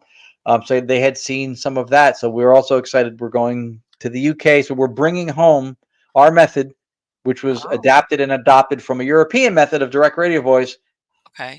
back to Europe. That's That's great. cool. Book 5 probably finished sometime in 2024, as you mentioned, and again, thank you. No, the 4 contrary. books on Amazon. The last one that came out was the Paranormalization Memoirs of an Academic Layperson, which my goal, especially in this book, but in all of them, is not to show you what I know and that I'm right. It's to provoke thought. So if I'm saying stuff and you're reading it going, no way, I don't agree with that. The fact that I thinked into something else is what I'm trying to True. do. I'm trying to Exactly. provoke thought, and at least we need to know why we're doing it. We need to know what's Mhm. been done before we were doing it. Are there gaps in my knowledge? Absolutely, and Of I course. spend time constantly trying to fill those. You know what? Have you ever had anybody says, "I know everything about the supernatural." It's like, "Yeah, all right, be quiet, go away." No, no, Anybody that's that good. says that is like, forget it. Forget it. They don't know what they're talking about. Right there. That's your first tip off is like, "Whoa." What you Yeah, know a lot about is your ego. That's what you know a lot about. yeah. But anyway, if they go to your website, which I will put in the credits of the show, you do update there for all the events that you're going to be attending. Yeah, that's what I started doing was, everybody makes those little picture flyers with, who's gonna be appearing and all the information. So instead of just putting, like, a calendar listing, I actually put those little flyer things up, and if you click on them, they expand. Hmm. Um, Okay. there's gonna be more of them going up. Some of the ones we're doing, June 22nd with, I don't know if you know the paranormal investigator drag queen Monique Too Soon, No. runs events at the Wilson Castle, which I believe Okay. is in Vermont, Okay. not far from the border of upstate New York. Um, Yes.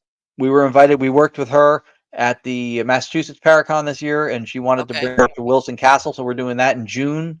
Okay. Um, so there's going to be things I'm going to forget that are on there, but the UK thing for Festival of the Unexplained, we were really excited about that because that's 5 days, expenses covered. They bring you out, and it's just and they Okay. treat you incredibly well.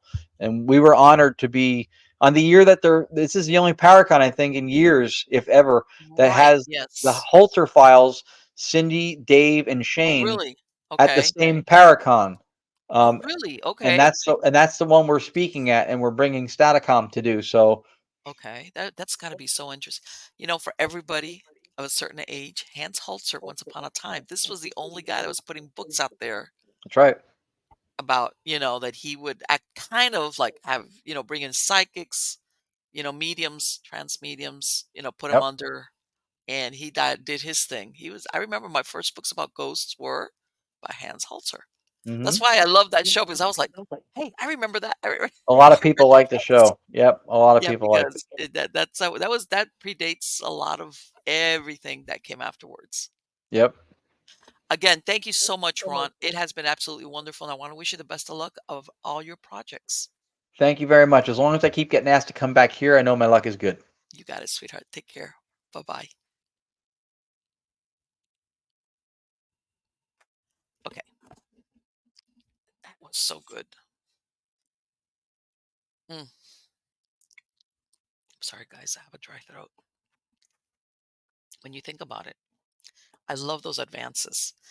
And what I like about Ron is, again, it's the study, or I don't know well, the study of um, a facet of paranormal research, which, how's this? Either my experience or in anything that you read this materials, it's always the belief has always been that for an intelligent haunting, I'm not talking here residual.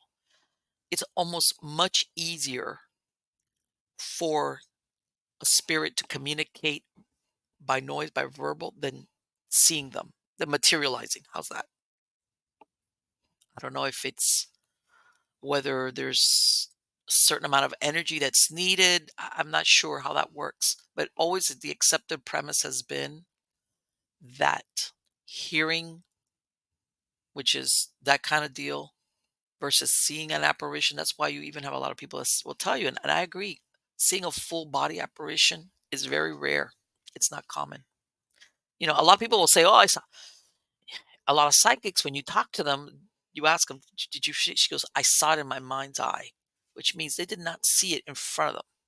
They saw it in their mind's eye accurately, but to actually see a full body apparition or even kind of an apparition it's difficult. I have my theory on it, and I can't remember who I spoke to this about this, that they say not all shadow people before everybody, but in some cases, we, my belief is some shadow people are not really shadow people. I think that what you're seeing is the best they could do. Like, in other words, like that the most energy they could muster, however that process is just to produce a shadow, which is why you will also have people say, yeah, when I saw something, it was wispy, it was transparent. I could see the wall or what was behind them. Like, and almost like they they don't have enough energy to go. And then you'll have the other people that will say, you know what? I didn't realize till later on that it was a ghost because it looked so solid that I thought it was a real person. You hear that all the time. People that don't realize they had a paranormal experience or a sighting till much later that they talk to somebody, or this person walks into a closet. You open the closet and there's nobody there. Like, where'd they go? But as a matter of fact, in a lot of these historical places that you have docents and guides and things like that, they have sightings and they'll go following thinking they've got some tourist that's still wandering around. Come to find out there's nobody there, and that's and they really think it's a real person. And that's when but in and of itself, it's not common. And when he gets back to that thing, getting back to what he was talking about, which is communication, I think it's much easier for them to do that as far as coherent, beyond, like, let's say, a word. Or sometimes it's really difficult just on a word, unless it's something significant, or somebody there that has some connection with who that person is. And that's another thing. When this spirit is talking or saying something that you don't know, what is the reference point to this location or to anybody here? The more information you get, the easier it is to understand this. Whoever's speaking is tied to this place, has a connection to this location, or maybe even to somebody there. Somebody that has a familial or personal relationship. And that happens. Like I said, sometimes you don't get the usual suspects when you go to certain places. It's just the act of people opening themselves up for communication. But I'm going to get on to you have to be really careful also about this. And the reason why I say this is Ron, obviously, has a very scientific method.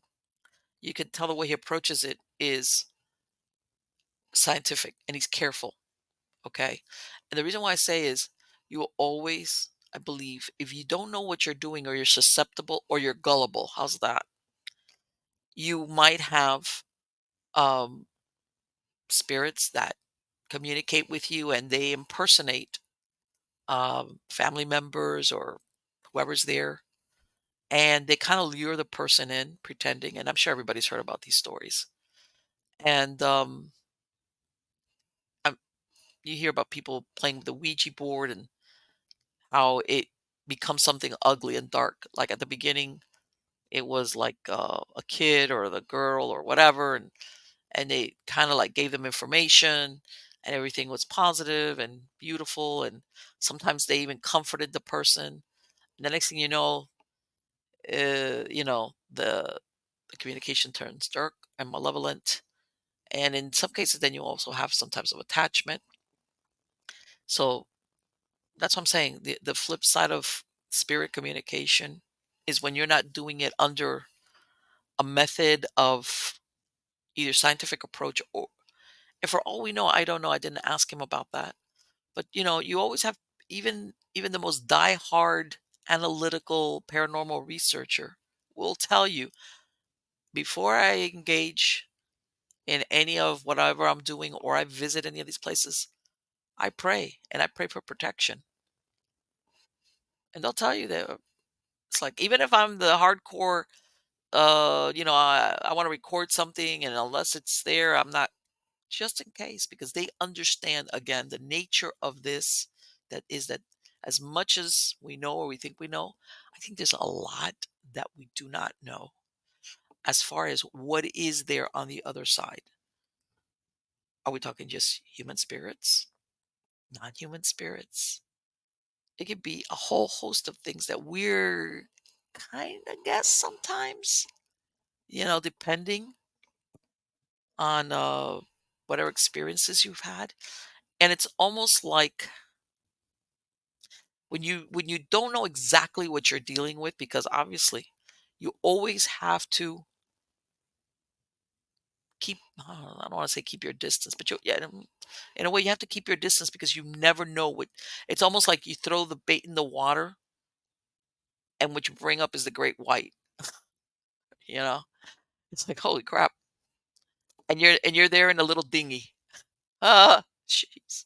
you know you're thinking you're going to land the snapper or something, or whatever. Let's say I'm ocean fishing, your little dinghy or your little thing. Or if you're freshwater, you bring up a sturgeon that's about 10 feet long. That's part of, or you land something that's not supposed to be in that body of water. You thought until all of a sudden you got it on the line. You see what I'm saying? So, like anything having to do with the supernatural, as interesting as it is, and I'm glad that people are approaching it um, from a scientific point of view, you still always have to be careful because again, this does not that world does not conform linear the way we live. Like, how's this? What we think of as cause and effect here is not the same as over there. It's not. You could have the best intentions of like, oh, you know what? I want to communicate either with a certain person or a certain family member or just, all light, love, and butterflies. And, I just want to like record. But in reality, you really don't know who is communicating back. You hope, you pray, you ask for protection. But at the end of the day, it's like there's no guarantee. You know what? You don't got a bouncer at the door saying, no, yeah, you can go in, but no, you can't.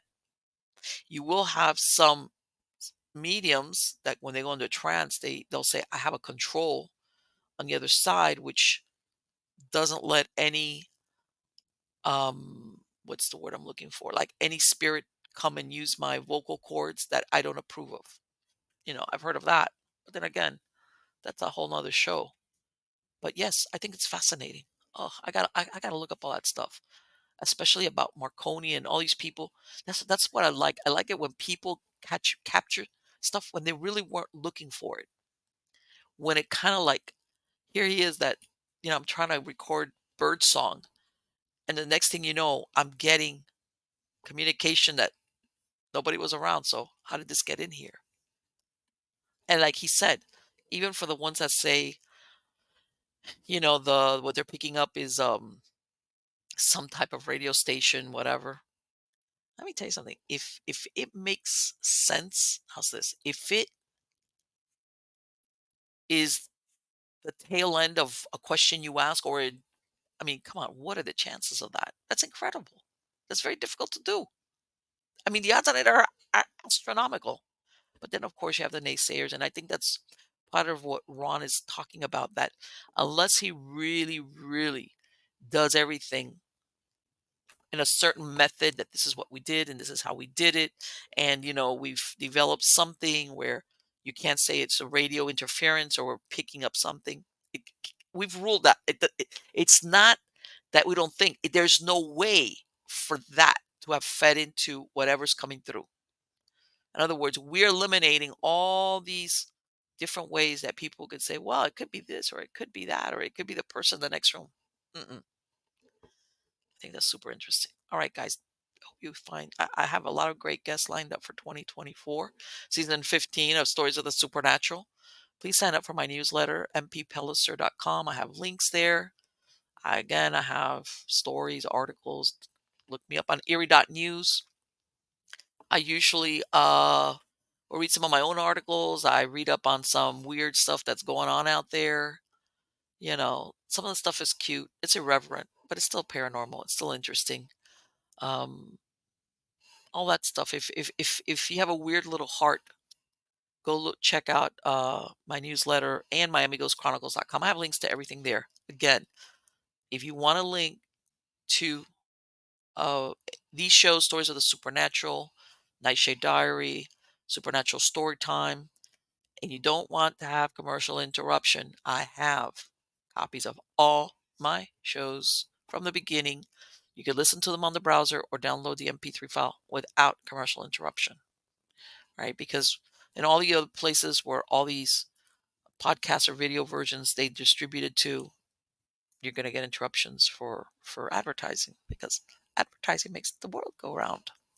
So until next time, don't forget and subscribe to wherever you find us if you want to get notified of when we're going to put out a show. So till next time, thank you again. You are all wonderful.